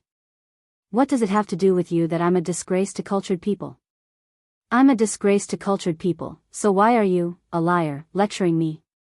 "Ha! Since you keep saying that I'm a liar, then show me something to prove it. Don't spout nonsense. Do you think everyone in the world is a fool?" Fang Ming threw caution to the wind. He was sure that the mysterious woman was also someone who loved music. Otherwise, she wouldn't have played the flute alone in this lonely night. Fang Ming's bet was very simple. As long as the veiled woman was a person who loved music, she would not put herself in danger. Because there was still a song to be sung. Did she not want to hear it? Moreover, the one-armed old man who guarded the ghost manor probably wouldn't allow anyone to commit murder in the ghost manor. Everyone broke out in a cold sweat for Fang Ming. Offending such a person was truly not a wise move. Fu Chun, Qin Jiaxing, and the girls looked at Fang Ming as if they were looking at an idiot. In their eyes, a mere vagrant cultivator dared to provoke a soul formation stage cultivator. Wasn't he courting death? Oh. Yu Qianqiu put down the wine jar in his hand and sat up straight. He raised his hand to touch his forehead helplessly. The copper bracelet on his wrist was very eye-catching. He said disdainfully, I, Niu Yud, have always won people over with my virtue. Tell me, how can I prove it so that you will be convinced? Fang Ming's face tensed up. Niu Yud, I don't know if you know music or not, but since you insist on proving that I'm a liar, don't say that I'm making things difficult for you. If you can sing a song composed by Yu Qianqiu, then it will be a strong proof. He secretly prepared another excuse in his mind. If Yu Qianqiu really knew how to play and sing, and if it was the two songs that he had just sung, then he would say that Yu Qianqiu was merely imitating him. If it was another song, then no one here would have heard it. At that time, he could firmly deny that it was a song composed by Yu Qianqiu. Oh. That's it? As long as I can sing a song composed by Yu Qianqiu, then I can prove that you're a liar? Yu Qianqiu narrowed his eyes. In his previous life, he was a master of conspiracies. Even if Niu Yu did not leave a way out, he had already prepared for the worst. He had seen many people like Niu Yud. He snorted coldly and said, what if you don't admit that it's a song composed by Yu Qianqiu that no one has ever heard of before? Fang Ming's thoughts were exposed, but he still gritted his teeth and said, as long as you don't imitate someone else's song, then it'll be fine. Yu Qianqiu's song has a different tune than the one we're familiar with. You'll know it once you hear it.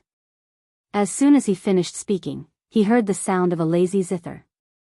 Everyone looked toward the source of the sound. Unknowingly, a zither had appeared on Niu Yud's knees. He was casually playing with it with one hand.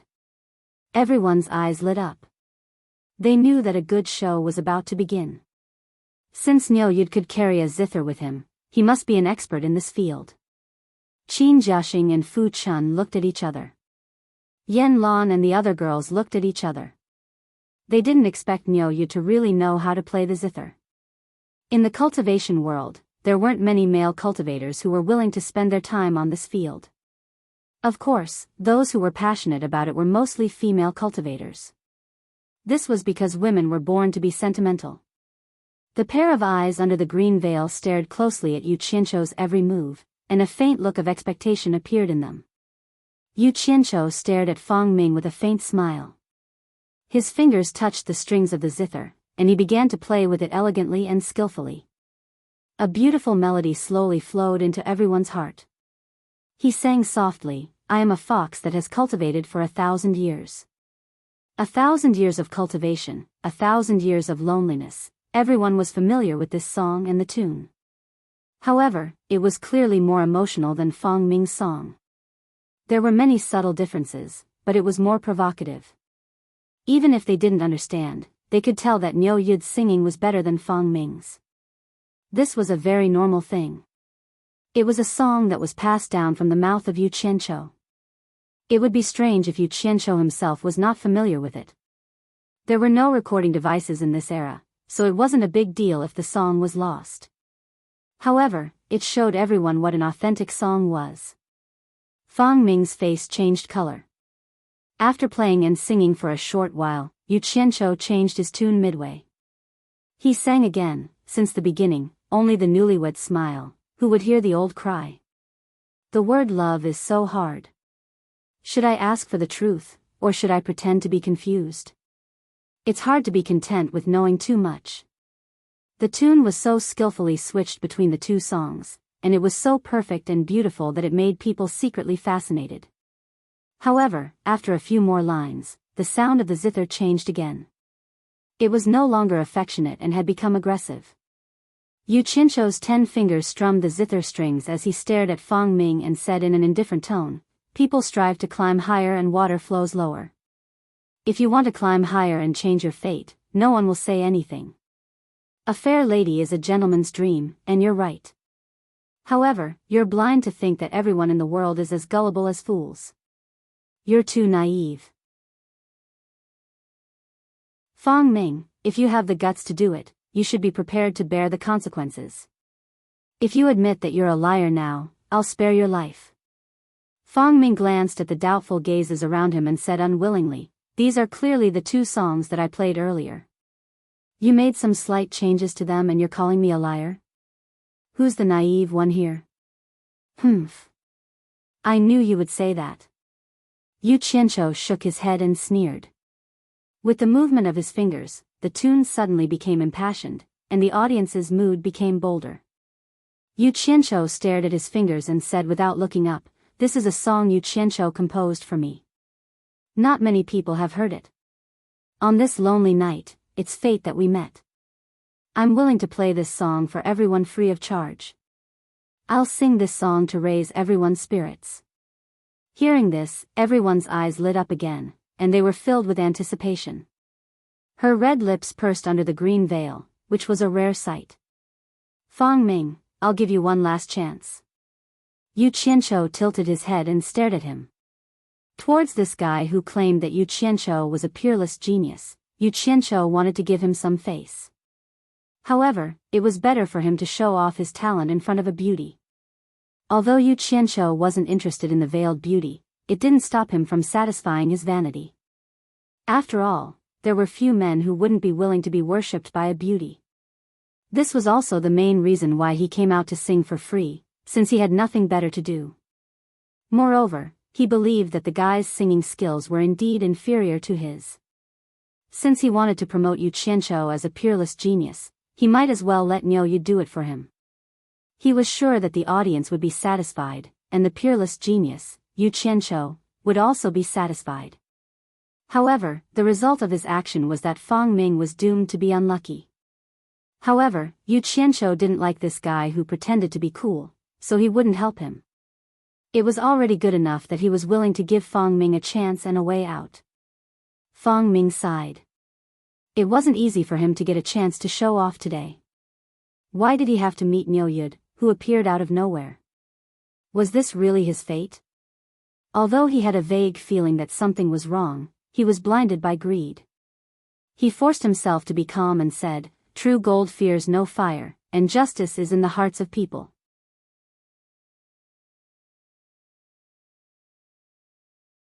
Chapter 539. He was stubborn, but his four brothers started to feel uneasy. To survive in the cultivation world until now, avoiding the strong and the weak was one of the rules of survival. This Niu Yu was obviously unfathomable. They couldn't understand why Fang Ming was so stubborn.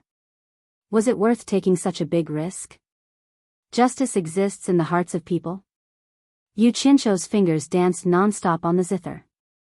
He sneered and said, "If justice exists in the hearts of people, why would there be a distinction between the secular world and the cultivation world? Everyone has justice in their hearts, and there's no need for us to risk our lives fighting and killing. Every man for himself is the most suitable phrase to be used in the cultivation world." His words caused the bonfire to fall into silence. Only the sound of the zither could be heard. Everyone was reflecting on their past experiences in the cultivation world. Truly, every man for himself was the definition of every man for himself. Many people sighed softly and poured the strong liquor down their throats. Your way of thinking is too one-sided and extreme. For example, this old senior. Fang Ming righteously waved his hand and pointed at the one-armed old man in the leaning mountain pavilion. He said passionately, not to mention his profound cultivation base, he has been silently maintaining the ghost village for countless years. He has not allowed the ghost village to fall into ruins. He has also provided a place for us wandering cultivators to stay. Can you say that this old senior's actions are also every man for himself? Nice boot-licking. I hope he can save your life in the future. Yu Qianqiu glanced at him disdainfully and ignored him. His fingers danced on the zither, producing an infinitely melancholic tune. He looked around and said with a faint smile, "There's wine today, so let's get drunk today. When we meet again in the future, we will be passers-by. Niu Yu will present a song to relieve the boredom of fellow wandering cultivators."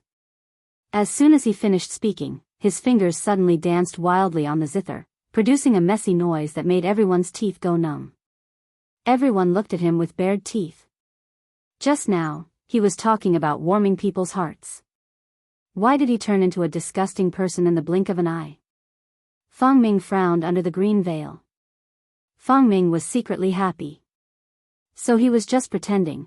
Just when everyone's emotions were in a mess, the ear-piercing noise came to an abrupt end. Just as everyone relaxed and heaved a sigh of relief, a beautiful melody that was interwoven with ding ding dong dong slowly entered everyone's hearts. It was like when one was unbearably hot in a hot summer and was suddenly wrapped in a cool and refreshing feeling. It made one heave a sigh of relief, and at the same time, it was so comfortable that one could not help but want to let out a groan. As the sound of the zither gradually opened the hearts of the people, they heard Yu Qianqiu reciting in a bleak tone, "The winds and clouds of the world originate from my generation. Once I entered Jianghu, time flies. 1,000 years of cultivation, chatting and laughing, can't compare to a drunken life." The night breeze was cool, the bonfire was bright, and the crackling sound of the firewood could not pull everyone out of their trance. With just a few lines, everyone followed the melody and stepped into the turbulent cultivation world in an instant. The past was still vivid in their minds, and the rogue cultivators could not bear to look back. Complacency and frustration appeared before their eyes one by one, and how much blood and tears were mixed in them. How much did they give up, and how much did they gain? Did they give up more or did they gain more? They did not know how long this dream would last. They also did not know if these years of hard searching were worth it. Can't compare to a drunken life. Many people casually muttered, then shook their heads with a bitter smile and sighed. How could they relieve their worries? Only the mellow and strong wine. The rogue cultivators sitting around the bonfire rose and fell with the prelude of the zither, and the cool wine went straight down their throats. For a moment, the fragrance of the wine wafted everywhere, making the night full of bonfire and confused but clear, and worthy of eternal remembrance. Can't compare to a drunken life? Everyone knew that they could not be so free and easy, but tonight, they could get drunk. Fu Chun and Qin Jiaxing looked at Yu Qianqiu with their mouths wide open, as if they did not recognize him. Was this still the boss from before? They had followed Yu Qianqiu for a period of time, and they knew that this boss was cruel and merciless, and he would kill at the slightest provocation. Moreover, he often used vulgar words like father and mother. It was hard to imagine that he could say such words with deep meaning. Moreover, looking at his elegance and the romantic way he played the zither, it was quite scary. Are we hallucinating? Fu Chun and Qin Jiaxing looked at each other in disbelief. Yan Lan and the other girls' eyes were full of little stars, and they were full of splendor. They all bent their knees and rested their chins on their hands, staring at him with their blurred eyes. This man could really make women fall for him. His eyes under the green veil, although they were moving, they were as calm as before. But now, they were rippling, as if a small stone had been thrown into a pool of stagnant water, and it made people's hearts fluctuate, and it was difficult to calm down. Fang Ming suddenly came to his senses, and he stared at Yu Qianqiu with an unpredictable expression. Yu Qianqiu, who was playing the zither, also gave him a disdainful look. That's right, Yu Qianqiu was indeed looking down on him. How dare you pretend to be elegant in front of me? Elegant is bullsh*t, it's only for people who have nothing better to do. Who has ever seen someone who can't even fill his stomach pretending to be elegant? Elegant, you son of a b*tch, I can do whatever I want, and I've already stopped playing. Today, I'll let you see what it means to pretend to be elegant. Playing the zither, singing, and reciting poems, haven't you seen it before? This is called being overflowing with talent. Yu Qianqiu had deliberately played the zither before, and it wasn't just on a whim. Because everyone had already listened to a few songs, it was as if they had eaten too much delicious food, and now they were being served another delicious dish. If everyone wanted to taste the authentic taste, they would need a cup of plain water to wash away the residue on their taste buds, so that they wouldn't taste mixed. As for Yu Qianqiu's violent and random flicking, it was like a cup of tasteless plain water, completely washing away the lingering aftertaste in everyone's minds. After doing this, he began to show off proudly. He snatched this romantic night that belonged to Fang Ming into his own hands. While everyone was still sighing, they heard Yu Qianqiu reciting sonorously with the zither, riding on a sword to traverse heaven and earth, white bones fly like startled birds. The world is like a tide, and people are like water, but how many people return to the martial world? He added a slight sigh at the end, feeling a little sad about parting. The world is like a tide, and people are like water, but how many people return to the martial world? The rogue cultivators repeated it over and over again. Thinking back to when they first entered the cultivation world, everyone was still simple, and everyone had a few good friends, but who could survive? Even if they were still alive, who could still maintain that innocence? Deceiving each other to save their own lives, how many people returned to the martial world? Suddenly, someone stood up, threw the wine jar in his hand into the distance, and roared under the night sky. Cultivation world, you son of a bitch. That person gradually closed his eyes, and 2 streaks of tears slid down his beard, glowing under the light of the bonfire. This person was none other than the mid-stage nascent soul cultivator, Tian Yi. Perhaps he was thinking of his relatives and friends who no longer existed. The eyes of the 2 people beside him were also red, and they didn't say anything. They only knew how to pour the wine into their mouths. Next to the mountain pavilion, under the illumination of the incandescent lamp, behind the green gauze curtain, her red lips moved slightly, and an almost inaudible voice came out, riding on a sword to traverse heaven and earth, white bones fly like startled birds. The world is like a tide, and people are like water, but how many people return to the martial world? It seemed to be the first time this mysterious woman spoke. Her voice was mellow, like silver beads falling on a plate, crisp and pleasant to the ear. Unfortunately, the cultivation of the people below could not hear it. Only the old man behind her heard it. The one-armed old man slowly turned his head to look at Yu Qianqiu, and his calm eyes were a little dim, as if he was peeling away the night sky and looking at the distant past. A burst of wild and carefree laughter suddenly sounded under the night sky, and the bonfire suddenly flickered. Everyone was startled and looked over, and it was Yu Qianqiu laughing with his head facing the sky. The sound of the zither also became carefree and leisurely, and his 10 fingers were as bright as a blooming lotus, freely moving on the strings. The carefree and leisurely sound of the zither seemed to be warning everyone that since the past was unbearable to look back on, why not just let it go and laugh it off? The sound of the zither suddenly surged, and everyone's emotions fluctuated along with it. Suddenly, they heard Yu Qianqiu sing loudly, "The ocean laughs, the surging tides on both sides, floating and sinking with the waves, remembering the present. The heavens laughs, the tides of the world, only God knows who wins and who loses. The rivers and mountains laugh, the misty rain is far away, the waves wash away the mortal world, how many do you know in the secular world? The cool breeze laughs, actually provoking loneliness, the heroic spirit is still there in the evening. La la la, la la la, ha ha." The song surged in the wilderness. Although it was night, the moon was bright, and the stars were sparse, but everyone's state of mind was instantly brought into another world. Under the bright sky, laughing alone at the ups and downs of the ocean, laughing at the vicissitudes of life like floating clouds, fighting for fame and wealth like passing clouds. How many people in the cultivation world live in fear and anxiety? How can it be as carefree as watching the sunset with a wisp of cool breeze? Yu Qianqiu's 10 fingers, the unrestrained singing, and the wild and hearty laughter dazzled Yan Lan and the other girls, and they couldn't help but fall into a trance. Fu Chun and Qin Jiaxing were dumbfounded, and they really suspected that their boss was possessed by something unclean. Inside the pavilion, the one-armed old man's cold eyes gradually melted. Beside the pavilion, the blue muslin on the bridle fluttered without any wind. The pair of eyes inside stared at Yu Qianqiu, who was indulging himself. Her soft red lips moved slightly, and she murmured to herself, "The rivers and mountains laugh, the misty rain is far away." Is this a song composed by Yu Qianqiu? The common people laugh, no longer lonely, the heroic spirit is still there. As Yu Qianqiu sang, he couldn't help himself, and he gradually got into the mood. He seemed to be crazily singing to his heart's content. His wild and unrestrained manner really stirred people's hearts.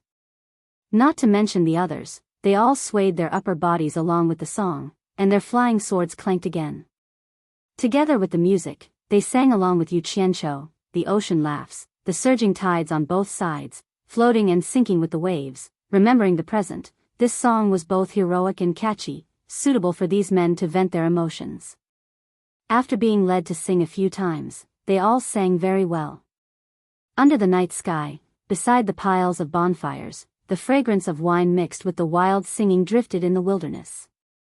The veiled woman beside the pavilion raised her flute and gently placed it next to her lips. You're tuning in to the Romantic Tales YouTube channel. Don't forget to subscribe and join us on this journey to catch the most captivating stories.